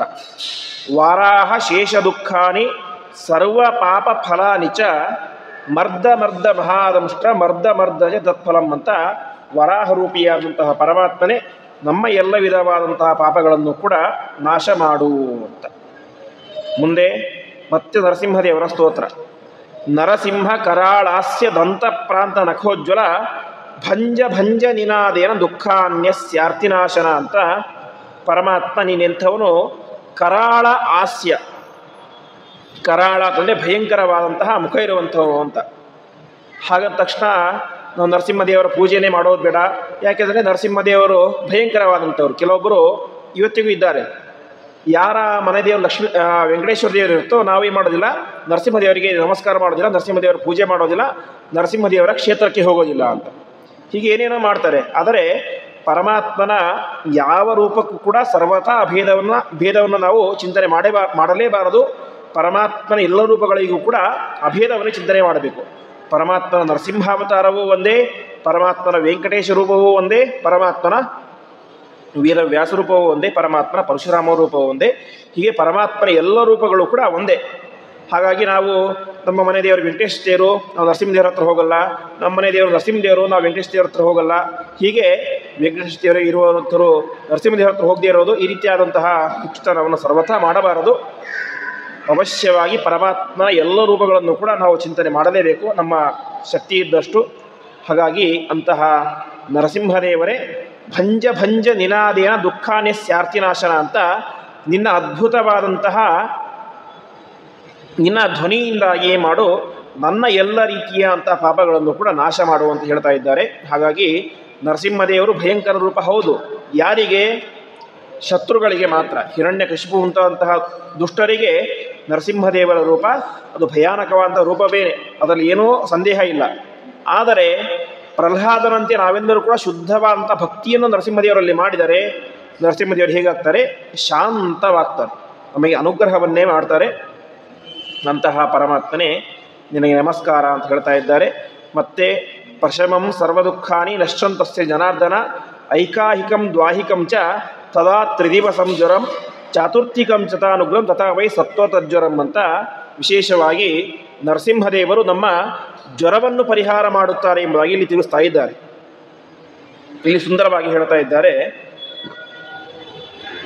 ನಮಗೆ ಜ್ವರ ಎಂಬುದು ಮತ್ತು ದೋಷಗಳು ಎಷ್ಟು ದಿವಸ ಇರುತ್ತೆ ಅಂತ ಅದಕ್ಕೆ ಹೇಳ್ತಾ ಇದ್ದಾರೆ. ಐಕಾಹಿಕಂ ಅಂತ, ಕೆಲವೊಂದು ಸಲ ಜ್ವರ ಬರುತ್ತೆ, ಒಂದೇ ದಿನ ಇರುತ್ತೆ, ಹೋಗಿಬಿಡುತ್ತೆ. ಅದಕ್ಕೇನೋ ಔಷಧಿ ಇಂಜೆಕ್ಷನ್ ಏನು ಬೇಕಾಗಿಲ್ಲ, ಒಂದೇ ದಿನಕ್ಕೆ ಹೋಗಿಬಿಡುತ್ತೆ. ಕೆಲವೊಮ್ಮೆ ದ್ವ್ಯಾಹಿಕಂ, 2 ದಿನ ಇರುತ್ತೆ. ಕೆಲವೊಮ್ಮೆ ತ್ರಿದಿವಸಂ ಜ್ವರಂ, ಕೆಲವೊಂದು ಸಲ 3 ದಿನ ಇರುತ್ತೆ, ಇನ್ನು ಕೆಲವೊಮ್ಮೆ 4 ದಿನ ಇರುತ್ತೆ, ಇನ್ನು ಕೆಲವೊಮ್ಮೆ ಸತತ ಜ್ವರಂ. ಒಂದು ಸಲ ಜ್ವರ ಅಂತ ಬಂದರೆ ಅದು ಪರಿಹಾರವೇ ಆಗೋದಿಲ್ಲ. ಎಷ್ಟು ದೊಡ್ಡ ಡಾಕ್ಟರ್ ಅಂತ ತೋರಿಸಿದರೂ ಕೂಡ ಆ ಜ್ವರ ಪರಿಹಾರ ಆಗೋದೇ ಇಲ್ಲ. ಆ ರೀತಿಯಾದಂತಹ ಜ್ವರವನ್ನು ಕೂಡ ದೋಷೋತ್ತಮ್ ಸನ್ನಿಪಾತೋತ್ತಮ್ ತಥೈವ ಆಗಂತುಕ ಜ್ವರಂ ಶಮಂ ನಯತು ಗೋವಿಂದ. ಪರಮಾತ್ಮನೇ ನನಗೆ ಬರುವಂತಹ ಎಲ್ಲ ರೀತಿಯಾದಂತಹ ಜ್ವರವನ್ನು, ರೋಗಗಳನ್ನು ಎಲ್ಲವನ್ನು ಕೂಡ ನೀನು ನಾಶ ಮಾಡು. ಭಿತ್ವಾ ಚಿತ್ವಾಸ್ಯ ವೇದನಂ, ಅದರಿಂದ ಬರುವಂತಹ ಎಲ್ಲ ವೇದನೆಯನ್ನು, ದುಃಖವನ್ನು ಕೂಡ ನೀನು ನಾಶ ಮಾಡು ಅಂತ ಹೇಳ್ತಾ ಇದ್ದಾರೆ. ಬರೀ ಜ್ವರ ಮಾತ್ರ ಬರುತ್ತೆ ನಮಗೆ, ಎಷ್ಟೆಷ್ಟು ಅಂಗಾಂಗಗಳಿದ್ದಾವೋ ಆ ಎಲ್ಲ ಅಂಗಾಂಗಗಳಿಂದಲೂ ಕೂಡ ಒಂದಲ್ಲ ಒಂದು ರೋಗ ಎಂಬುದು ನಮಗೆ ಬರ್ತಾನೆ ಇರುತ್ತೆ. ಅದನ್ನು ಹೇಳ್ತಾ ಇದ್ದಾರೆ. ನೇತ್ರ ದುಃಖಂ, ಕಣ್ಣಿನ ತೊಂದರೆ. ಇವತ್ತಂತೂ ಚಿಕ್ಕ ಚಿಕ್ಕ ಮಕ್ಕಳಿಗೂ ಕೂಡ ಏನು ಬಂದುಬಿಟ್ಟಿರುತ್ತೆ? ಗ್ಲಾಸ್ ಬಂದುಬಿಟ್ಟಿರುತ್ತೆ, ಒಂದು ಚಸ್ಮಾ ಬಂದುಬಿಟ್ಟಿರುತ್ತೆ. ಕಾರಣ ಏನು? ನಿರಂತರವಾಗಿ ಮೊಬೈಲ್ ನೋಡಿ ನೋಡಿ ನೋಡಿ ನೋಡಿ 4-5 ವರ್ಷದ ವಯಸ್ಸಿನಲ್ಲೇನೆ ಕನ್ನಡಕ ಬಂದುಬಿಟ್ಟಿರುತ್ತೆ. ಅವರ ಅಜ್ಜ ಅಜ್ಜಿಗೆ 90 ವರ್ಷ ಆಗಿದ್ದರೂ ಕೂಡ ಕಣ್ಣು ಸರಿಯಾಗಿ ಕಾಣಿಸ್ತಾ ಇರುತ್ತೆ, ಕನ್ನಡಕ ಇರೋದೇ ಇಲ್ಲ. ಮೊಮ್ಮಕ್ಕಳಿಗೆ ಮಾತ್ರ ಏನಿರುತ್ತೆ? ಕನ್ನಡಕ ಇರುತ್ತೆ. ಇದು ಯಾವ ದುಃಖ? ನೇತ್ರ ದುಃಖ ಅಂತ ಹೇಳ್ತಾ ಇದ್ದಾರೆ. ಅಂತಹ ಕಣ್ಣಿನ ದುಃಖವನ್ನು ಪರಮಾತ್ಮ ನೀನು ನಾಶ ಮಾಡು. ಮತ್ತು ಶಿರೋ ದುಃಖಂ, ಸ್ವಲ್ಪ ಜಾಸ್ತಿ ಟೆನ್ಷನ್ ಮಾಡ್ಕೊಂಡ್ಬಿಟ್ರೆ ಏನಾಗುತ್ತೆ? ತಲೆನೋವು ಶುರುವಾಗುತ್ತೆ. ಶಿರೋ ದುಃಖ, ತಲೆಯ ದುಃಖ, ಅದನ್ನು ಕೂಡ ನೀನು ಪರಿಹಾರ ಮಾಡು. ಆಮೇಲೆ ದುಃಖಂತು ಉದರ ಸಂಭವಂ ಅಂತ, ಏನೋ ತಿನ್ನಬಾರ್ದನ್ನು ತಿಂದುಬಿಟ್ರೆ ಅಥವಾ ತಿನ್ನಬೇಕಾದದ್ದನ್ನೇ ಜಾಸ್ತಿ ತಿಂದುಬಿಟ್ರೆ ಏನಾಗುತ್ತೆ? ಹೊಟ್ಟೆ ನೋವು ಪ್ರಾರಂಭ ಆಗಿಬಿಡುತ್ತೆ. ಹಾಗಾಗಿ ಆ ಉದರ, ಹೊಟ್ಟೆ ನೋವೆಲ್ಲವನ್ನು ಕೂಡ ನೀನು ವಿಶೇಷವಾಗಿ ನಾಶ ಮಾಡು. ಆಮೇಲೆ ಅನುಚ್ಛ್ವಾಸಂ ಮಹಾಶ್ವಾಸಂ, ನಮ್ಮ ಒಳಗಡೆ ನಿರಂತರವಾಗಿ ಆಗುತ್ತಾ ಇರುವಂಥ ಕ್ರಿಯೆ ಅಂತಂದರೆ ಅದು ಉಸಿರಾಟ. ಯಾರಿಗಾದರೂ ನಮಗೆ ಎಚ್ಚರ ಇರುತ್ತಾ ನಾನು ಉಸಿರಾಟ ಮಾಡ್ತಾ ಇದ್ದೇನೆ ಅಂತ? ಗೊತ್ತೇ ಇರೋದಿಲ್ಲ. ನಮಗೆ ಗೊತ್ತಿಲ್ಲದಂತೆಯೇ ಆಗುವಂಥ ಕ್ರಿಯೆ ಅಂದರೆ ಯಾವುದು? ಅದು ಉಸಿರಾಟ ಎನ್ನುವಂತಹ ಕ್ರಿಯೆ. ಆ ಉಸಿರಾಟ ಸರಿಯಾಗಿ ಆಗ್ತಾ ಇದ್ದರೆ ನಮ್ಮ ಆರೋಗ್ಯ ಸರಿಯಾಗಿರುತ್ತೆ. ಅದೇ ಅನುಚ್ಛ್ವಾಸ, ನಿಧಾನವಾಗಿ ಉಸಿರಾಟ ಮಾಡೋದು, ಕೆಲವೊಮ್ಮೆ ಫಾಸ್ಟಾಗಿ ಉಸಿರಾಟ ಆಡುತ್ತೆ. ಎರಡೂ ಕೂಡ ನಮಗೆ ತೊಂದರೆಯನ್ನು ತಂದುಕೊಡುತ್ತೆ. ಹಾಗಾಗಿ ಅನುಚ್ಛ್ವಾಸಂ ಮಹಾಶ್ವಾಸಂ, ನನಗೆ ಇರುವಂತಹ ಉಸಿರಾಟದ ತೊಂದರೆಯನ್ನು ಪರಮಾತ್ಮ ನೀನು ಪರಿಹಾರ ಮಾಡು ಅಂತ. ಅದೇ ರೀತಿಯಾಗಿ ಪರಿತಾಪಂಚ ವೇಪಥುಂ ಅಂತ. ವೇಪಥು ಅಂತಂದರೆ ನಡುಕ ಅಂತ. ಗೀತೆಯಲ್ಲಿ ಅರ್ಜುನ ಹೇಳ್ತಾನೆ, ವೇಪತುಶ್ಚ ಶರೀರೇಮೇ ರೋಮಹರ್ಷಶ್ಚ ಜಾಯತೆ ಅಂತ, ನನ್ನ ಶರೀರ ನಡುಗ್ತಾ ಇದೆ ಅಂತ ಹೇಳ್ತಾರೆ. ಕೆಲವೊಬ್ಬ ವ್ಯಕ್ತಿಗಳಿಗೆ ಪಾಪ ಇರುತ್ತೆ, ಏನೋ ದೋಷ ಇರುತ್ತೆ, ಅದರಿಂದ ನಿರಂತರವಾಗಿ ನಡುಕ ರೋಗ, ಕೈ ಯಾವಾಗ ಕೂಡ ನಡುಕ್ತಾನೆ, ಶೇಕ್ ಆಗ್ತಾನೆ ಇರುತ್ತೆ. ಆ ರೀತಿಯಾದಂತಹ ದೋಷವನ್ನು ನಾವು ಪರಮಾತ್ಮನಲ್ಲಿ ಪ್ರಾರ್ಥನೆ ಮಾಡಿದಾಗ ಅದನ್ನು ಪರಿಹಾರ ಮಾಡ್ತಾನೆ. ಅದೇ ರೀತಿಯಾಗಿ ಗುದಗ್ರಾಣಾಂಗ್ರಿ ರೋಗಾಶ್ಚ ಕುಷ್ಠರೋಗಂ ತದಾಕ್ಷಯಂ ಅಂತ ನಮ್ಮ ಮೂಗಿನಲ್ಲಿರುವಂತಹ ರೋಗಗಳು ಅಥವಾ ಗುದದ್ವಾರದಲ್ಲಿರುವಂತಹ ರೋಗಗಳು ಅಥವಾ ಕಾಲು ನೋವು ಅಥವಾ ಕುಷ್ಠರೋಗ, ಈ ಎಲ್ಲ ರೋಗಗಳನ್ನು ಕೂಡ ವಿಶೇಷವಾಗಿ ಪರಮಾತ್ಮ ನಾಶ ಮಾಡ್ತಾನೆ. ಅಷ್ಟು ಮಾತ್ರ ಅಲ್ಲ, ಕಾಮಿಲಾದಿ ಸ್ತತಾರೋಗಾನ್ ಪ್ರಮೇಹಾದಿಂಶ್ಚ ದಾರುಣಾನ್ ಯೇ ವಾತಪ್ರಭವಾ ಲೋಗಾಹ ಲೂಕಾಹ ವಿಸ್ಫೋಟಕಾದಯ ಅಂತ ಕಾಮಿಲಾ ರೋಗ ಅಂತ. ಕಾಮಿಲ ಅಂದರೆ ಕಾಮಾಲೆ ರೋಗ, ಕಂಡದ್ದೆಲ್ಲ ಹಳದಿಯಾಗಿ ಕಾಣಿಸ್ತಾ ಇರುತ್ತೆ. ಅಂತಹ ಕಾಮಾಲೆ ರೋಗವನ್ನು ಕೂಡ ಪರಮಾತ್ಮ ನಾಶ ಮಾಡುವಂಥ ಪ್ರಾರ್ಥನೆ. ಅದೇ ರೀತಿಯಾಗಿ ಕ್ಷಯರೋಗ, ನಿರಂತರವಾಗಿ ಕೆಮ್ಮುವಂತಹ ರೋಗ, ಆಮೇಲೆ ಕುಷ್ಠರೋಗ, ಅದೇ ರೀತಿಯಾಗಿ ವಾತರೋಗ, ಹೀಗೆ ಒಟ್ಟಿನಲ್ಲಿ ಯಾವ ಯಾವ ರೋಗಗಳು ಅಂತ ಇದ್ದಾವೋ ಆ ಎಲ್ಲ ರೋಗಗಳನ್ನು ಕೂಡ ಪರಮಾತ್ಮನೇ ನೀನು ನಾಶ ಮಾಡು ಎಂಬುದಾಗಿ ಪ್ರಾರ್ಥನೆ ಮಾಡಬೇಕು ಅಂತ. ಆಮೇಲೆ ಇನ್ನೊಂದು ಪ್ರಸಿದ್ಧವಾದಂತಹ ಮಂತ್ರ, ಇವತ್ತು ನಾವೆಲ್ಲರೂ ಕೂಡ ಏನೇ ಸತ್ಕರ್ಮ ಮಾಡಲಿ, ಸಂಧ್ಯಾ ವಂದನೆ ಮಾಡಲಿ, ದೇವರ ಪೂಜೆ ಮಾಡಲಿ, ದಾನ ಮಾಡಲಿ, ತೀರ್ಥಯಾತ್ರೆ ಮಾಡಲಿ, ಏನೇ ಮಾಡಲಿ, ಕೊನೆಗೇನು ಮಾಡ್ತೇವೆ? ಅಚ್ಯುತಾಯ ನಮಃ, ಅನಂತಾಯ ನಮಃ, ಗೋವಿಂದಾಯ ನಮಃ ಅಂತ ಪರಮಾತ್ಮನ ನಾಮತ್ರಯಗಳ ಸ್ಮರಣೆಯನ್ನು ಮಾಡ್ತೇವೆ. ಆ ನಾಮತ್ರಯಗಳ ಒಂದು ಸ್ಮರಣೆ ಕೂಡ ಬಂದಿದ್ದು ಮೂಲವಾಗಿ ಎಲ್ಲಿ ಅಂದರೆ ಈ ಪದ್ಮಪುರಾಣದ ಅಪಾಮಾರ್ಜನ ಸ್ತೋತ್ರದಲ್ಲಿ. ಅಪಾಮಾರ್ಜನ ಸ್ತೋತ್ರದಲ್ಲಿಯೇ ಆ ಅಚ್ಯುತಾನಂತ ಎನ್ನುವಂಥ ನಾಮತ್ರಯಗಳ ಉಲ್ಲೇಖ ಇರೋದು. ಇಲ್ಲಿ ಹೇಳ್ತಾರೆ, ಅಚ್ಯುತಾನಂತ ಗೋವಿಂದ ನಾಮೋಚ್ಚಾರಣ ಭೇಷಜಾತ್ ನಶ್ಯಂತಿ ಸಕಲಾರೋಗಾ ಸತ್ಯಂ ಸತ್ಯಂ ವದಾಮ್ಯಹಂ ಅಂತ ಹೇಳುವಂತಹ ಮಾತು. ಇದೇ ಶ್ಲೋಕವನ್ನು ಯಥಾವತ್ತಾಗಿ ಆಚಾರ್ಯರು ಕೃಷ್ಣಾವತ ಮಹಾರಾಣದಲ್ಲಿ ಕೂಡ ಉಲ್ಲೇಖ ಮಾಡಿದ್ದಾರೆ. ಹಾಗಾಗಿ ಅತ್ಯಂತ ಪ್ರಸಿದ್ಧವಾದಂತಹ ಶ್ಲೋಕ. ಇದರ ಮೂಲ ಇರುವುದು ಅಪಾಮಾರ್ಜನ ಸ್ತೋತ್ರದಲ್ಲಿ. ಒಂದು ಪ್ರಸಿದ್ಧವಾದ ಮಾತಿದೆ, ವಿರಿಂಚಿ ಸೃಷ್ಟಂ ಸಕಲಂ ಸದೋಷಂ ಅಂತ. ಬ್ರಹ್ಮದೇವರು ಯಾರ್ಯಾರನ್ನು ಸೃಷ್ಟಿ ಮಾಡಿದ್ದಾರೋ ಅವರೆಲ್ಲರಲ್ಲಿಯೂ ಕೂಡ ಒಂದಲ್ಲ ಒಂದು ದೋಷ ಇದ್ದೇ ಇದೆ. ಯಾವ ವ್ಯಕ್ತಿಯೂ ಕೂಡ ತಪ್ಪನ್ನು ಮಾಡದೇ ಇರಲಿಕ್ಕೆ ಸಾಧ್ಯವೇ ಇಲ್ಲ. ಪ್ರತಿಯೊಬ್ಬರು ಕೂಡ ತಪ್ಪನ್ನು ಮಾಡೇ ಮಾಡ್ತಾರೆ. ಪ್ರತಿಯೊಬ್ಬರಲ್ಲೂ ದೋಷ ಇದ್ದೇ ಇದೆ. ಅವರು ಎಂತಹ ದೊಡ್ಡ ದೇವತೆಯೇ ಆಗಿರಲಿ, ಗರುಡ ಶೇಷ ರುದ್ರಾದಿಗಳಲ್ಲೂ ಏನಿದೆ? ದೋಷ ಇದೆ. ಪರಶುಕ್ಲತ್ವಯರು ಅಂತ ಏನಿದ್ದಾರೆ, ಮಹಾಲಕ್ಷ್ಮಿ, ಬ್ರಹ್ಮವಾಯುಗಳು ಮತ್ತು ಸರಸ್ವತಿ ಭಾರತೀಯರು, ಈ ಮೂವರು ಮಾತ್ರ ಪರಿಶುದ್ಧರು. ಪರಮಾತ್ಮ ಅದು ನಿತ್ಯ ಶುದ್ಧ, ಅದರಲ್ಲಿ ಸಂದೇಹವೇ ಇಲ್ಲ. ಈ ಮೂವರು ಶುದ್ಧರು. ಉಳಿದ ಎಲ್ಲರಲ್ಲೂ ಕೂಡ ಏನಿದೆ? ದೋಷ ಎಂಬುದು ಇದ್ದೇ ಇದೆ.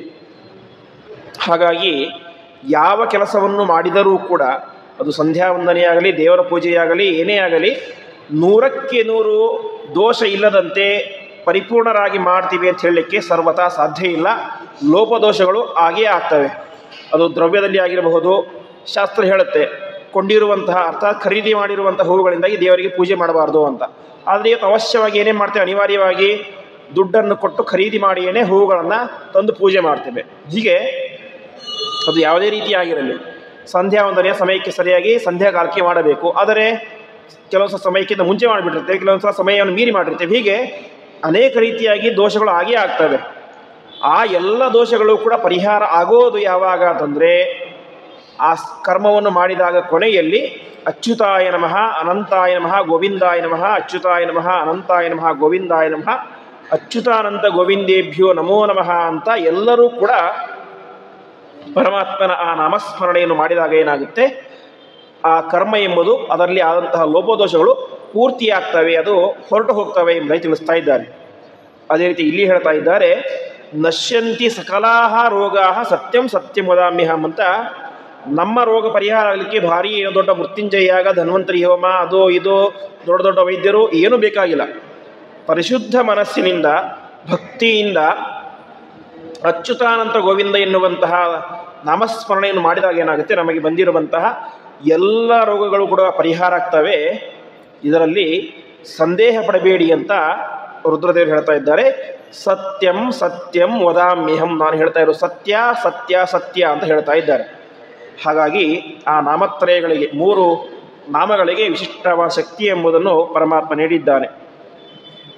ಅದಾದ ಮೇಲೆ ಸ್ಥಾವರಂ ಜಂಗಮಂ ಯಚ್ಚ ಕೃತ್ರಿಮಂ ಚಾಪಿ ಯದ್ವಿಷಂ ದಂತೋದ್ಭವಂ ನಕೋದ್ಭೂತಂ ಆಕಾಶ ಪ್ರಭವಂ ಚೈತ ಅಂತ ವಿಷದಿಂದಾಗಿ ನಮ್ಮನ್ನು ಪಾರು ಮಾಡುವಂಥ ಪ್ರಾರ್ಥನೆ ಮಾಡಬೇಕು ಅಂತ. ವಿಷ ಹೇಗೆ ಬರುತ್ತೆ ಅಂತ ಹಿಂದೆ ನೋಡಿದಂತೆ, ಯಾರೋ ಒಬ್ಬರು ನಮಗೆ ಆಗದೇ ಇರುವಂಥ ಊಟಕ್ಕೆ ವಿಷ ಹಾಕಿದರೆ ಅದು ವಿಷ ಆಗುತ್ತೆ. ಅದೊಂದೇ ವಿಷ ಅಲ್ಲ,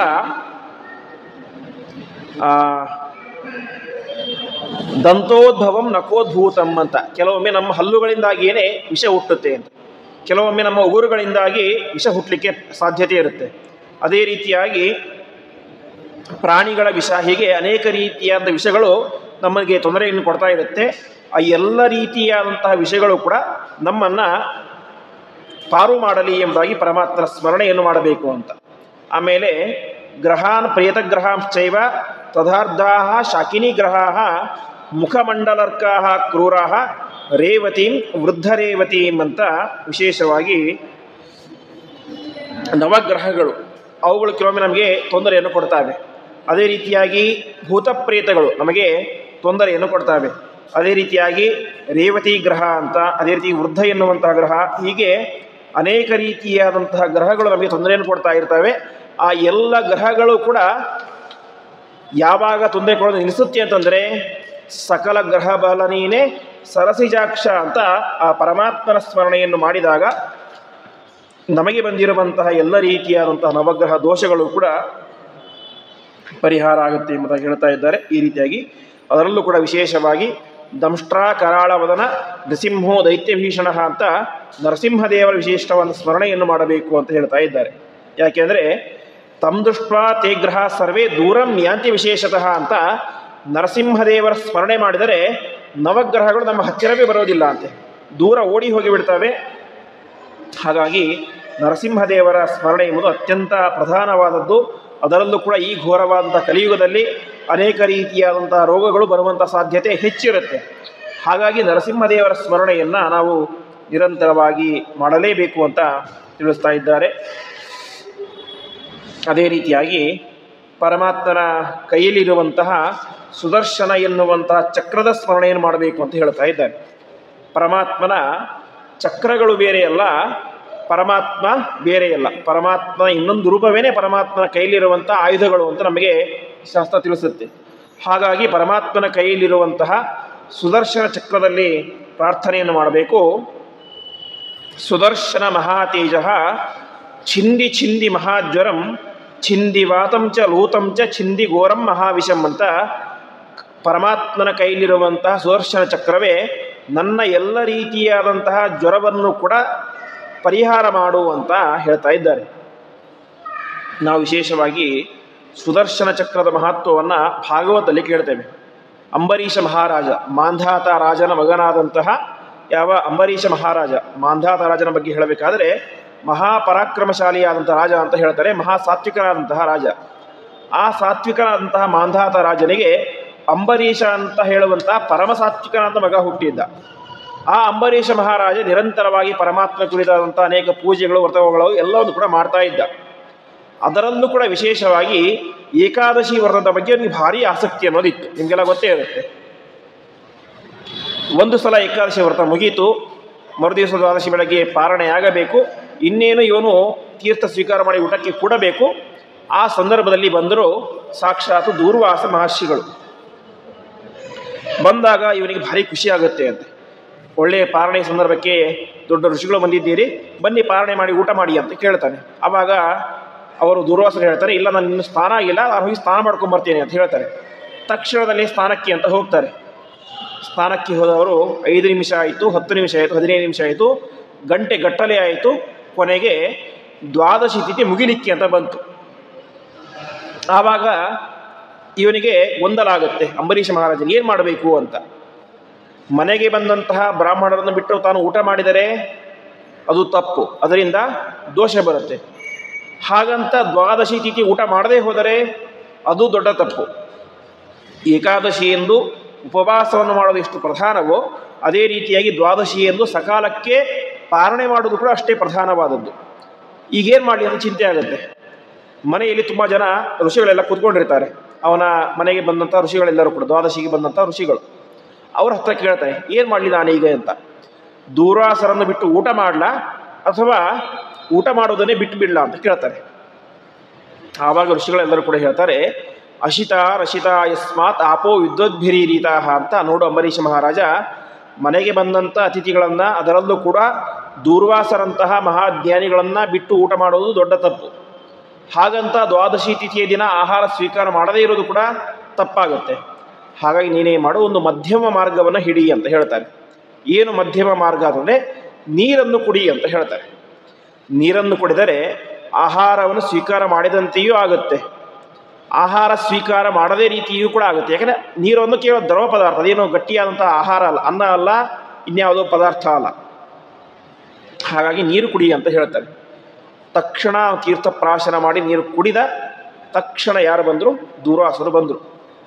ಬಂದವರೇ ಅಂಬರೀಷ ಮಹಾರಾಜ ಬೇಲಿಕೆಯನ್ನು ಶುರು ಮಾಡ್ತಾರೆ ಅಂತೆ. ಮನೆಗೆ ಬಂದಂತಹ ಬ್ರಾಹ್ಮಣರನ್ನು ಬಿಟ್ಟು ನೀನೇನು ಮಾಡ್ತಾ ಇದ್ದೀಯಾ, ಊಟ ಮಾಡ್ತಾ ಇದ್ದೀಯಾ ಅಂತ ನಾನು ನಿನ್ನನ್ನು ಸಂಹಾರ ಮಾಡ್ತೇನೆ ಅಂತ. ಆಗ ತಾನೇ ಸ್ನಾನ ಮಾಡಿ ಬಂದಿರ್ತಾರೆ, ತಲೆಯಲ್ಲಿ ಹಸಿ ಹಸಿಯಾಗಿರುತ್ತೆ. ತಮ್ಮ ಜಟೆಯಿಂದ ಒಂದು ಕೂದಲನ್ನು ಕಿತ್ತಿ ನೆಲಕ್ಕೆ ಬಡಿತಾರೆ. ತಕ್ಷಣದಲ್ಲಿ ಅಲ್ಲಿಂದ ಒಂದು ಭಯಾನಕವಾದ ಪಿಶಾಚಿ ಎದ್ದು ಬರುತ್ತೆ ಅಂತೆ. ಆ ಪಿಶಾಚಿ ಎದ್ದು ಬಂದು ಏನು ಮಾಡುತ್ತೆ, ಈ ಅಂಬರೀಷ ಮಹಾರಾಜನ ಕೊಲ್ಲಲಿಕ್ಕೆಂದು ಬರುತ್ತೆ ಅಂತೆ. ತಕ್ಷಣದಲ್ಲಿ ಏನಾಯಿತು, ಅಂಬರೀಷ ಮಹಾರಾಜನ ದೇವರ ಮನೆ ಇತ್ತು, ಮನೆಯಲ್ಲಿ ದೇವರ ಮನೆ ಅಂತ ಇರುತ್ತೆ. ಆ ದೇವರ ಮನೆಯಿಂದಾಗಿ ಒಂದು ಭಯಾನಕವಾದಂತಹ ಶಬ್ದವನ್ನು ಮಾಡ್ತಾ ಮಾಡ್ತಾ ಚಕ್ರ ಬಂತು ಅಂತೆ. ಆ ಚಕ್ರ ಬೇರೆ ಯಾವುದೋ ಅಲ್ಲ, ಸುದರ್ಶನ ಚಕ್ರ. ಆ ಸುದರ್ಶನ ಚಕ್ರ ಬಂದು ತಾನೇನು ಮಾಡಿತು, ಆ ಒಂದು ಪಿಶಾಚಿಯನ್ನು ಕೊಂದು ಕೊನೆಗೆ ದೂರ್ವಾಸರನ್ನು ನಾಶ ಮಾಡಲಿಕ್ಕೆ ಅಂತ ಹೋಗುತ್ತೆ. ಮತ್ತು ದೂರ್ವಾಸರು ಎಲ್ಲ ಕಡೆ ಸಂಚಾರ ಮಾಡಿ ಕೊನೆಗೆ ಅಂಬರೀಷ ಮಹಾರಾಜನ ಹತ್ತಿರವೇ ಬಂದು ನಿನ್ನೆ ನನ್ನ ರಕ್ಷಣೆ ಮಾಡುವಂಥ ಪ್ರಾರ್ಥನೆ ಮಾಡಿದಾಗ ಅವನ ರಕ್ಷಣೆ ಎಲ್ಲವೂ ಕೂಡ ಆಗುತ್ತೆ. ಇಲ್ಲಿ ಗಮನಿಸಬೇಕಾದ ಅಂಶ ಏನು ಅಂತಂದರೆ, ಯಾರು ನಿರಂತರವಾಗಿ ಏಕಾದಶಿಯಾದಿ ಉಪವಾಸಗಳನ್ನು ಮಾಡ್ತಾ ಇರ್ತಾರೋ, ಯಾರು ನಿರಂತರವಾಗಿ ಪರಮಾತ್ಮನ ಚಿಹ್ನೆಯಾದಂತಹ ಚಕ್ರವನ್ನು ಧಾರಣೆ ಮಾಡ್ತಾರೋ, ಅದನ್ನೇ ದಾಸರು ಹೇಳ್ತಾರೆ, ಕಮಲನಾಭನ ಚಿಹ್ನೆಯನ್ನು ಧರಿಸಿಕೊಂಡು ಮೆರೆಯಿರೋ ಅಂತ. ವಿಶೇಷವಾಗಿ ಪ್ರತಿನಿತ್ಯವೂ ಕೂಡ ಸಂಧ್ಯಾ ವಂದನೆ ಮಾಡಬೇಕಾದರೆ ಶಂಖಚಕ್ರಗಳನ್ನು ಧಾರಣೆ ಮಾಡಬೇಕು. ಪರಮಾತ್ಮನ ಚಿಹ್ನೆಯನ್ನು ಶಂಖ, ಚಕ್ರ, ಗದಾ, ಪದ್ಮ ಮತ್ತು ನಾರಾಯಣ ಮುದ್ರೆ ಧಾರಣೆ ಮಾಡಬೇಕು. ಅದೇ ರೀತಿಯಾಗಿ ಯತಿಗಳು ಬಂದಾಗ ಅವರಿಂದಾಗಿ ತಪ್ತಮುದ್ರಾ ಧಾರಣೆ ಅಂತ ಹೇಳ್ತಾರೆ. ಕಾದಂತಹ ಆ ಪರಮಾತ್ಮನ ಆಯುಧಗಳು ಶಂಖ ಮತ್ತು ಚಕ್ರ ಇವುಗಳನ್ನು ಧಾರಣೆ ಮಾಡಬೇಕು ಅಂತ. ಈ ರೀತಿಯಾಗಿ ನಿರಂತರವಾಗಿ ಯಾರು ಶಂಖಚಕ್ರಗಳ ಧಾರಣೆಯನ್ನು ಮಾಡ್ತಾರೋ ಅವರ ಮನೆಯಲ್ಲಿ ಸಾಕ್ಷಾತ್ ಪರಮಾತ್ಮನ ಚಕ್ರವಾದಂಥ ಸುದರ್ಶನ ಚಕ್ರ ಅವರನ್ನು ರಕ್ಷಣೆ ಮಾಡುತ್ತೆ ಎಂಬುದಾಗಿ ಹೇಳ್ತಾ ಇದ್ದಾರೆ. ಆ ರೀತಿಯಾಗಿ ಅಂತಹ ಸುದರ್ಶನ ರೂಪಿಯಾದಂತಹ ಪರಮಾತ್ಮನೇ ಚಕ್ರವೇ ನೀನು ವಿಶೇಷವಾಗಿ ನನ್ನ ಎಲ್ಲ ರೀತಿಯಾದಂತಹ ರೋಗಗಳನ್ನು ಕೂಡ ಚಿಂದಿ ಕತ್ತರಿಸಿ ಹಾಕಿಬಿಡು, ನಾಶ ಮಾಡಿಬಿಡು ಅಂತ. ಆಮೇಲೆ ಚಿಂದಿ ವಾತಂಚ ಲೂತಂಚ ಚಿಂದಿ ಘೋರಂ ಮಹಾವಿಷಂ ಅಂತ. ವಾತ, ಕೆಲವೊಬ್ಬರಿಗೆ ವಾತ ತುಂಬ ದೊಡ್ಡ ರೋಗ ಇರುತ್ತೆ, ಆ ವಾತವನ್ನು ಪರಿಹಾರ ಮಾಡಿ. ಹೀಗೆ ಎಲ್ಲ ರೀತಿಯಾದಂತಹ ರೋಗಗಳನ್ನು ಕೂಡ ನೀನು ಪರಿಹಾರ ಮಾಡು ಎಂಬುದಾಗಿ ತಿಳಿಸ್ತಾ ಇದ್ದಾರೆ. ಇಷ್ಟಾದ ಮೇಲೆ ಇಲ್ಲಿ ಒಂದು ಬೀಜಾಕ್ಷರವನ್ನು ಹೇಳ್ತಾ ಇದ್ದಾರೆ. ಓಂ ಹ್ರಾಂ ಹ್ರಾಂ ಹ್ರೂಂ ಹ್ರೂಂ ಅಂತ. ಆ ವಿಶೇಷವಾಗಿ ನರಸಿಂಹದೇವರನ್ನ ಬೀಜಾಕ್ಷರ ಮಂತ್ರವನ್ನು ಚಿಂತನೆ ಮಾಡಬೇಕು ಅಂತ ತಿಳಿಸ್ತಾ ಇದ್ದಾರೆ. ಅಷ್ಟಾದ ಮೇಲೆ ಮತ್ತೆ ಓಂ ನಮೋ ಭಗವತೆ ಅಂತ ಮತ್ತೆ ಇಲ್ಲಿ ನಾವು ಒಂದು ಮಂತ್ರವನ್ನು ಹೇಳಬೇಕು. ಇಷ್ಟಾದ ಮೇಲೆ ತುಭ್ಯಂ ದುಃಖಂ ಧಾರಣ ವಿಗ್ರಹ ಯಾನಿ ಚಾನ್ಯಾನಿ ದುಷ್ಟಾನಿ ಪ್ರಾಣಿ ಪೀಡಾಕರಾಣಿ ವೈ ಅಂತ. ಒಟ್ಟಿನಲ್ಲಿ ದುಷ್ಟವಾದಂತಹ ಪ್ರಾಣಿಗಳು, ಕೆಲವೊಂದು ಸಲ ಸುಮ್ಮನೆ ನಾವು ರೋಡಲ್ಲಿ ಹೋಗ್ತಾ ಇರ್ತೇವೆ, ಯಾವುದೋ ಪ್ರಾಣಿ ಬಂದು ನಮ್ಮ ಮೇಲೆ ಅಟ್ಯಾಕ್ ಮಾಡಿಬಿಡುತ್ತೆ. ಅವು ನಾಯಿ ಆಗಿರ್ಬೋದು ಅಥವಾ ಕಾಡಿನಲ್ಲಿ ಇದ್ದಾಗ ಹುಲಿ ಸಿಂಹಗಳಾಗಿರ್ಬೋದು, ಎಲ್ಲ ರೀತಿಯಾದಂಥ ದುಷ್ಟ ಪ್ರಾಣಿಗಳಿಂದಾಗಿ ಕೂಡ ನನಗೆ ವಿಶೇಷವಾಗಿ ರಕ್ಷಣೆಯನ್ನು ಕೊಡು. ಆಮೇಲೆ ಕಿಂಚಿದ್ ರೂಪಂ ಸಮಾಸ್ಥಾಯ ವಾಸುದೇವ ನಮೋಸ್ತುತೆ ಅಂತ ಪರಮಾತ್ಮ ಒಂದೇ ಒಂದು ಪ್ರಾರ್ಥನೆ, ಕಿಂಚಿದ್ ರೂಪಂ ಸಮಸ್ತಾಯ, ಯಾವುದಾದ್ರೂ ಒಂದು ನಿನ್ನ ರೂಪ ತೆಗೆದುಕೊಂಡು ನನ್ನ ಜೊತೆಗೆ ಯಾವಾಗಲೂ ಇರುವಂಥ, ನನ್ನ ಜೊತೆಗೆ ನೀನು ಯಾವಾಗಲೂ ಇರು ಎಂಬುದಾಗಿ ಪ್ರಾರ್ಥನೆಯನ್ನು ಮಾಡ್ತಾ ಇದ್ದಾರೆ. ಹಾಗೆ ಕ್ಷಿಪ್ತ್ವಾ ಸುದರ್ಶನಂ ಚಕ್ರಂ ಜ್ವಾಲಾ ಮಾಲಾ ವಿಭೀಷಣಂ ಸರ್ವದುಷ್ಟೋಪಶಮನಂ ಕುರು ದೇವವರಾಚ್ಯುತ ಅಂತ ಪರಮಾತ್ಮ ನಿನ್ನ ಕೈಯಲ್ಲಿರುವಂತಹ ಆ ದಿವ್ಯವಾದಂತಹ ಸುದರ್ಶನ ಚಕ್ರವನ್ನು ತೆಗೆದುಕೊಂಡು ಏನು ಮಾಡು, ನನ್ನ ಎಲ್ಲ ಶತ್ರುಗಳನ್ನು ಕೂಡ ನಾಶ ಮಾಡು.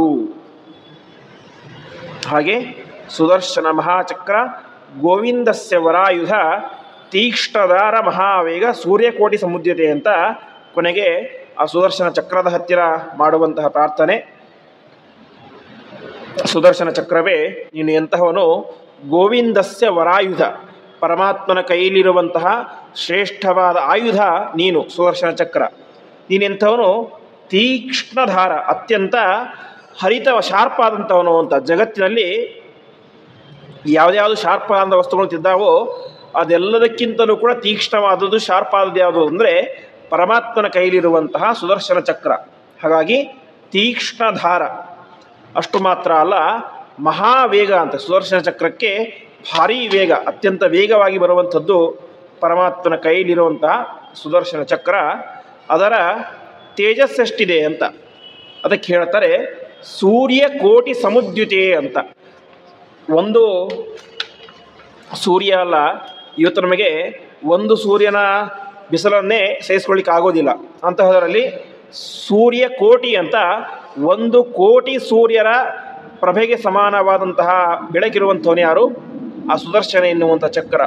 ನೀನು ಸುದರ್ಶನ ಮಹಾಜ್ವಾಲ ಛಿಂದಿ ಛಿಂದಿ ಮಹಾರವ ಅಂತ ನಿನ್ನ ಧ್ವನಿ ಅಂತಹದ್ದು ಅಂದರೆ ಸುದರ್ಶನ ಚಕ್ರ ಬಂತು ಅಂದರೆ ಅದರ ಮಹಾಭಯಂಕರವಾದ ಧ್ವನಿ ಅಂತೆ.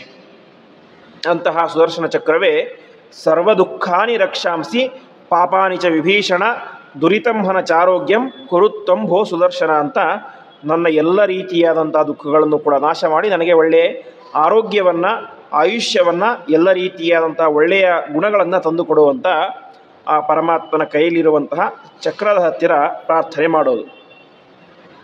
ಮತ್ತು ನರಸಿಂಹದೇವರ ಹತ್ತಿರ ಪ್ರಾರ್ಥನೆ ಪ್ರಾಚ್ಯಾಂ ಚೈವ ಪ್ರತೀಚ್ಯಾಂ ಚ ದಕ್ಷಿಣೋತ್ತರದಸ್ತದ ರಕ್ಷಾಂ ಕರೋತು ವಿಶ್ವಾತ್ಮ ನರಸಿಂಹ ಸ್ವರ್ಗಜಿತೈ ಭೂಮ್ಯಂತರಿಕ್ಷೀಯ ತಥಾ ಪೃಷ್ಠತಃ ಪಾರ್ಶ್ವತೋಗ್ರತಃ ರಕ್ಷಾಂ ಕರೋತು ಭಗವಾನ್ ಬಹುರೂಪಿ ಜನಾರ್ದನ ಅಂತ ಪರಮಾತ್ಮ ಅವನು ಅನೇಕ ರೂಪಿ, ಪರಮಾತ್ಮ ಅನಂತ ರೂಪದಂಥವನು. ಅಂತಹ ಪರಮಾತ್ಮನೇ ನೀನು ನನ್ನನ್ನು ಎಲ್ಲೆಲ್ಲಿ ರಕ್ಷಣೆ ಮಾಡಬೇಕು? ನನ್ನ ಪೂರ್ವದಲ್ಲಿ ರಕ್ಷಣೆ ಮಾಡು, ನನ್ನ ದಕ್ಷಿಣದಲ್ಲಿ ರಕ್ಷಣೆ ಮಾಡು, ನನ್ನನ್ನು ಪಶ್ಚಿಮದಲ್ಲಿ ರಕ್ಷಣೆ ಮಾಡು, ನನ್ನನ್ನು ಉತ್ತರದಲ್ಲಿ ರಕ್ಷಣೆ ಮಾಡು. ಅಷ್ಟು ಮಾತ್ರ ಅಲ್ಲ, ಭೂಮ್ಯಂತರಿಕ್ಷೆ, ನಾನು ಭೂಮಿಯಲ್ಲಿ ಇದ್ದಾಗಲೂ ಕೂಡ ನನ್ನನ್ನು ರಕ್ಷಣೆ ಮಾಡು. ಅಂತರಿಕ್ಷೆ, ವಿಮಾನ ಯಾನಾದಿಗಳನ್ನು ಮಾಡಬೇಕಾದರೂ ಕೂಡ ನನ್ನನ್ನು ರಕ್ಷಣೆ ಮಾಡು. ನನ್ನ ಎದುರುಗಡೆ ಇರು, ನನ್ನ ಒಳಗಡೆ ಇರು, ನನ್ನ ಹಿಂದ್ಗಡೆ ಇರು. ಒಟ್ಟಿನಲ್ಲಿ ನನ್ನನ್ನು ಯಾವ ಯಾವ ದಿಕ್ಕಿನಿಂದಾಗಿ ಯಾವ ಯಾವ ಕಡೆಗಳಿಂದಾಗಿ ತೊಂದರೆಗಳು ಬರ್ತಾವೋ ಆ ಎಲ್ಲ ಕಡೆಯಿಂದಲೂ ಕೂಡ ನನ್ನನ್ನು ವಿಶೇಷವಾಗಿ ರಕ್ಷಣೆ ಮಾಡು ಎಂಬುದಾಗಿ ನರಸಿಂಹರೂಪಿಯಾದಂತಹ ಪರಮಾತ್ಮನ ಹತ್ತಿರ ಪ್ರಾರ್ಥನೆಯನ್ನು ಮಾಡಬೇಕು ಅಂತ. ಹೀಗೆ ತೇನ ಸತ್ಯೇನ ಸಕಲಂ ದುಃಖಮಸ್ಯ ಪ್ರಣಶ್ಯತು ಯಥಾ ಯೋಗೇಶ್ವರೋ ವಿಷ್ಣು ಸರ್ವ ವೇದೇಶು ಗೀಯತೆ ತೇನ ಸತ್ಯೇನ ಸಕಲಂ ದುಃಖಮಸ್ಯ ಪ್ರಣಶ್ಯತು ಅಂತ ಹೇಳ್ತಾ ಇದ್ದಾರೆ. ಈ ರೀತಿಯಾಗಿ ಇಂತಹ ಪರಮಾತ್ಮನನ್ನು ಯಾರು ವಿಶೇಷವಾಗಿ ಸ್ತೋತ್ರವನ್ನು ಮಾಡ್ತಾರೋ ಅಂತಹ ವ್ಯಕ್ತಿಯ ಎಲ್ಲ ರೀತಿಯಾದಂತಹ ದುಃಖಗಳು ಕೂಡ ಪರಿಹಾರ ಆಗುತ್ತೆ. ಇದು ಸತ್ಯ ಸತ್ಯ ಸತ್ಯ, ತೇನ ಸತ್ಯೇನ ಅಂತ ಹೇಳ್ತಾ ಇದೆ. ಯಾವುದು ಕೂಡ ಸುಳ್ಳಾದಂತಹ ಮಾತುಗಳಲ್ಲ. ಸಾಕ್ಷಾತ್ ಮಹರುದ್ರ ದೇವರು ತಮ್ಮ ಮಡದಿಯಾದಂತಹ ಪಾರ್ವತಿಗೆ ಉಪದೇಶ ಮಾಡಿದಂತಹ ಸ್ತೋತ್ರ. ಅದಕ್ಕಿಂತ ಮುಂಚೆ ಪುಲಸ್ತ್ಯ ಋಷಿಗಳು ದಾಲ್ಭೆ ಎನ್ನುವಂಥ ಋಷಿಗಳಿಗೆ ಉಪದೇಶ ಮಾಡಿದಂತಹ ಮಂತ್ರ ಅಪಾಮಾರ್ಜನ ಮಂತ್ರ. ಒಂದು ಮಾತಿದೆ, ಯಾವತ್ತೂ ಕೂಡ ಒಬ್ಬ ವ್ಯಕ್ತಿ ಬೇರೆಯವರಿಗೆ ಸುಳ್ಳು ಉಪದೇಶ ಮಾಡ್ಬೋದು ಅಂತೆ, ಆದರೆ ತನ್ನ ಶಿಷ್ಯನಿಗೆ ಅಥವಾ ತನ್ನ ಮಕ್ಕಳಿಗೆ ಅಥವಾ ತನ್ನ ಹೆಂಡತಿಗೆ ಯಾವತ್ತೂ ಕೂಡ ಆ ವ್ಯಕ್ತಿ ಸುಳ್ಳು ಉಪದೇಶವನ್ನು ಮಾಡೋದಿಲ್ಲ ಅಂತ. ಸುಳ್ಳು ಬೇರೆ ಮಾತನ್ನು ಹೇಳ್ಬೋದು, ಆದರೆ ಸುಳ್ಳು ಉಪದೇಶಗಳನ್ನು ಮಾಡೋದಿಲ್ಲ ಅಂತ. ಹಾಗಾಗಿ ಪುಲಸ್ತ್ಯ ಋಷಿಗಳ ಅತ್ಯಂತ ಪ್ರೀತಿಪಾತ್ರರಾದಂಥ ಶಿಷ್ಯ ಯಾರು? ಅದು ದಾಲ್ಭ್ಯ ಋಷಿಗಳು. ಹಾಗೆ ಮಹರುದ್ರದೇವರ ಪ್ರೀತಿಯ ಮಡದಿ ಯಾರು? ಅದು ಪಾರ್ವತೀ ದೇವಿ. ಹಾಗಾಗಿ ಅಂತಹ ಪುಲಸ್ತ್ಯ ಋಷಿಗಳು ಮತ್ತು ಮಹರುದ್ರದೇವರು ತಮ್ಮ ಪ್ರೀತಿ ಪಾತ್ರರಾದಂಥ ವ್ಯಕ್ತಿಗಳಿಗೆ ಉಪದೇಶ ಮಾಡಿದಂತಹ ಮಂತ್ರ ಈ ಒಂದು ಅಪಮಾರ್ಜನ ಎನ್ನುವಂತಹ ಮಂತ್ರ. ಹಾಗಾಗಿ ಅತ್ಯಂತ ಸತ್ಯವಾದಂತಹ ಮಂತ್ರ. ಹೀಗೆ ಪರಮಾತ್ಮ ಸಕಲ ವೇದಗಳಲ್ಲಿ ಪ್ರತಿಪಾದ್ಯನಾಗಿದ್ದಾನೆ ಅನ್ನೋದು ಸತ್ಯವೋ ಹಾಗೆಯೇ ಪರಮಾತ್ಮ ನಮ್ಮ ಎಲ್ಲ ದುಃಖಗಳನ್ನು ಪರಿಹಾರ ಮಾಡ್ತಾನೆ ಅನ್ನೋದು ಕೂಡ ಅತ್ಯಂತ ಸತ್ಯವಾದಂತಹ ಮಾತು ಅಂತ ಹೇಳ್ತಾ ಇದ್ದಾನೆ. ವಿಷ್ಣು ಸರ್ವ ವೇದೇಶು ಗೀಯತೆ ಅಂತ ಈ ರೀತಿಯಾಗಿ ಪರಮಾತ್ಮ ಸಕಲ ವೇದ ಪ್ರತಿಪಾದ್ಯನಾಗಿದ್ದಾನೆ, ಹಾಗೆ ಸಕಲ ದುಃಖಗಳನ್ನು ಕೂಡ ಪರಿಹಾರ ಮಾಡ್ತಾನೆ. ನಮಗೆ ಎಕ್ಸಾಂಪಲ್ ಅಂತ ನಾವು ದೃಷ್ಟಾಂತ ಅಂತ ಹೇಳ್ತೇವೆ. ದೃಷ್ಟಾಂತ ಕೊಟ್ಟಾಗ ನಮಗೆ ಅರ್ಥ ಆಗುತ್ತೆ, ಈ ಸುಲಭವಾಗಿ ಅರ್ಥ ಆಗುತ್ತೆ. ಅದಕ್ಕೆ ಹೇಳ್ತಾ ಇದ್ದಾರೆ ಇಲ್ಲಿ. ನಮಗೆಲ್ಲ ಗೊತ್ತಿದೆ ಪರಮಾತ್ಮ ಸಕಲ ವೇದ ಪ್ರತಿಪಾದ್ಯ ಅಂತ ಗೊತ್ತಿದೆ ನಮಗೆ. ಹಾಗಾಗಿ ಪರಮಾತ್ಮ ಸಕಲ ವೇದ ಪ್ರತಿಪಾದ್ಯನಾಗಿದ್ದಾರೆ. ಅದೇ ರೀತಿಯಾಗಿ ದುಃಖಮಸ್ಯ ಪ್ರಣಶ್ಯತು ಅಂತ ನಮ್ಮ ಎಲ್ಲ ದುಃಖಗಳನ್ನು ಕೂಡ ಆ ಪರಮಾತ್ಮ ಪರಿಹಾರ ಮಾಡ್ತಾನೆ ಅಂತ ತಿಳಿಸ್ತಾ ಇದ್ದಾರೆ. ಅದೇ ರೀತಿಯಾಗಿ ಪರಮಾತ್ಮ ಯಥಾ ವಿಷ್ಣು ವೇದಾಂಗೇಶು ಚ ಗೀಯತೆ ತೇನ ಸತ್ಯೇನ ವಿಶ್ವಾತ್ಮ ಸುಖದಸ್ತಸ್ಯ ಕೇಶವ ಅಂತ ಕೇವಲ ದುಃಖ ಹೋದರೆ ಸಾಕಾಗೋದಿಲ್ಲ. ಮತ್ತೇನಾಗಬೇಕು, ನಮಗೆ ಸುಖ ಎಂಬುದು ಬರಬೇಕು. ಆ ರೀತಿಯಾಗಿ ಪರಮಾತ್ಮ ನಮಗಿರುವಂತಹ ಎಲ್ಲ ದುಃಖಗಳನ್ನು ಕೂಡ ನಾಶ ಮಾಡಲಿ, ಅದೇ ರೀತಿಯಾಗಿ ನಮಗೆ ವಿಶಿಷ್ಟವಾದಂತಹ ಸುಖವನ್ನು ತಂದುಕೊಡಲಿ ಎಂಬುದಾಗಿ ಪ್ರಾರ್ಥನೆಯನ್ನು ಮಾಡ್ತಾ ಇದ್ದಾರೆ.